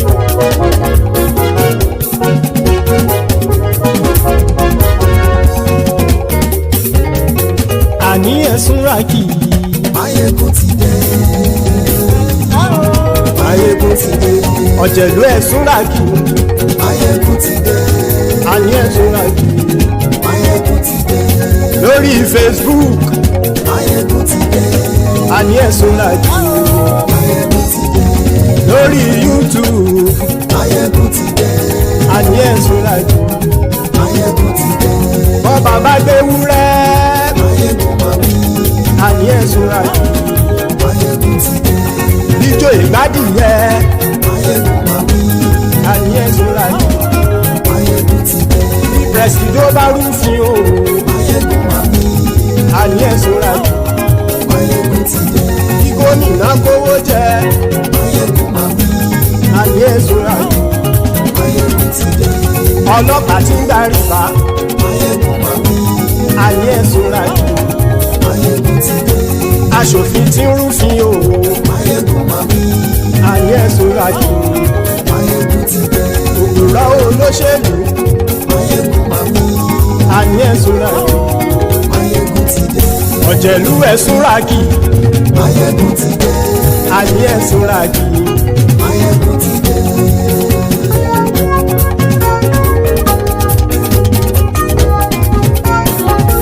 Máyégún ti dé. Gbogbo ọ̀jẹ̀lú ẹ̀sùn rákì.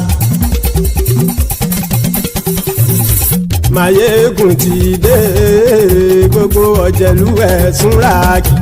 Ṣùgbọ́n ní bá ti ṣe èyí tó yẹ kí wọ́n ṣe, ọmọ bá dèrò ní fi wọ́n níran o. Máyégún ti dé. Gbogbo ọ̀jẹ̀lú ẹ̀sùn rákì. Máyégún ti dé. Gbogbo ọ̀jẹ̀lú ẹ̀sùn rákì. Ṣùgbọ́n ní bá ti ṣe èyí tó yẹ kí wọ́n ṣe, ọmọ bá dèrò ní fi wọ́n níran. Wọ́n fowó bẹ́ẹ̀ o. Máyégún ó sọ pé wọ́n ò bẹ́ẹ̀. Wọ́n fowó bẹ́ẹ̀. Máyégún ó sọ pé wọ́n ò bẹ́ẹ̀. Oníkan ṣáàtì ṣe èyí tó yẹ kí wọ́n ṣe fáwọn ará ìlú tó gbé wọn débẹ̀ o. Ayé. Máyégún ti dé. Gbogbo ọ̀jẹ̀lú ẹ̀sùn rákì. Máyégún ti dé.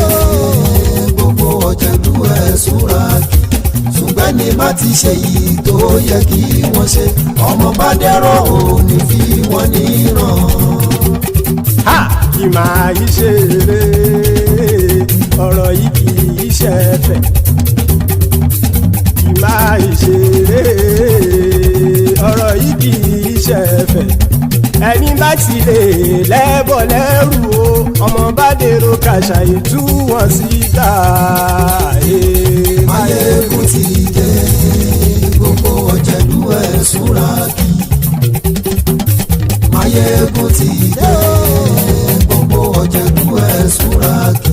Ṣùgbọ́n ní bá ti ṣe yìí tó yẹ kí wọ́n ṣe, ọmọ bá dẹ́rọ̀ ò ní fi wọ́n níran. Tẹnitẹni ọmọ Máyégún ọ̀rẹ́ ara ìlú mọ̀mọ́ ni mo fọlọ́hún ṣọ́ ẹ̀ bá kìlẹ́bù. Lóòótọ́ olódodo ìlú ọ̀tá ìlú mọ̀mọ́ ni ìwọ ṣá máa ń ṣọ́ra kò sì mọ́ bẹ̀rù. Bọ́tà ń lè rí bóníṣègùn lé káwọn mọ̀mọ́ fi ṣera wọn ni ó ti dẹrùn tí wọn ò gbọ́dọ̀ sì mọ́ bẹ̀. Èèpo ọ̀bọ lọmọ bá dérò tàjẹ́ ò gbọ́dọ̀ jẹ́, ó ti jọba lórí àbínú ẹni kò sì mọ́ fòyà. Àìsíwọ́lu ní ẹnìkẹ́ ìgbódì ẹyin lábàrá o, ó kó ẹni tó bá dán o àkàmù. Máyégún ti dé. Gbogbo ọ̀jẹ̀lú ẹ̀sùn rákì. Máyégún ti dé. Gbogbo ọ̀jẹ̀lú ẹ̀sùn rákì o. ẹ̀yin bá ti ṣe èyí tó yẹ kí wọ́n ṣe ọmọ bá dèrò òní fi wọ́n níran o. Máyégún ti dé gbogbo ọ̀jẹ̀lú ẹ̀ súnra kí. Máyégún ti dé gbogbo ọ̀jẹ̀lú ẹ̀ súnra kí. Ṣùgbọ́n ní bá ti ṣe yìí tó yẹ kí wọ́n ṣe ọmọ bá dèrò òní fi wọ́n níran.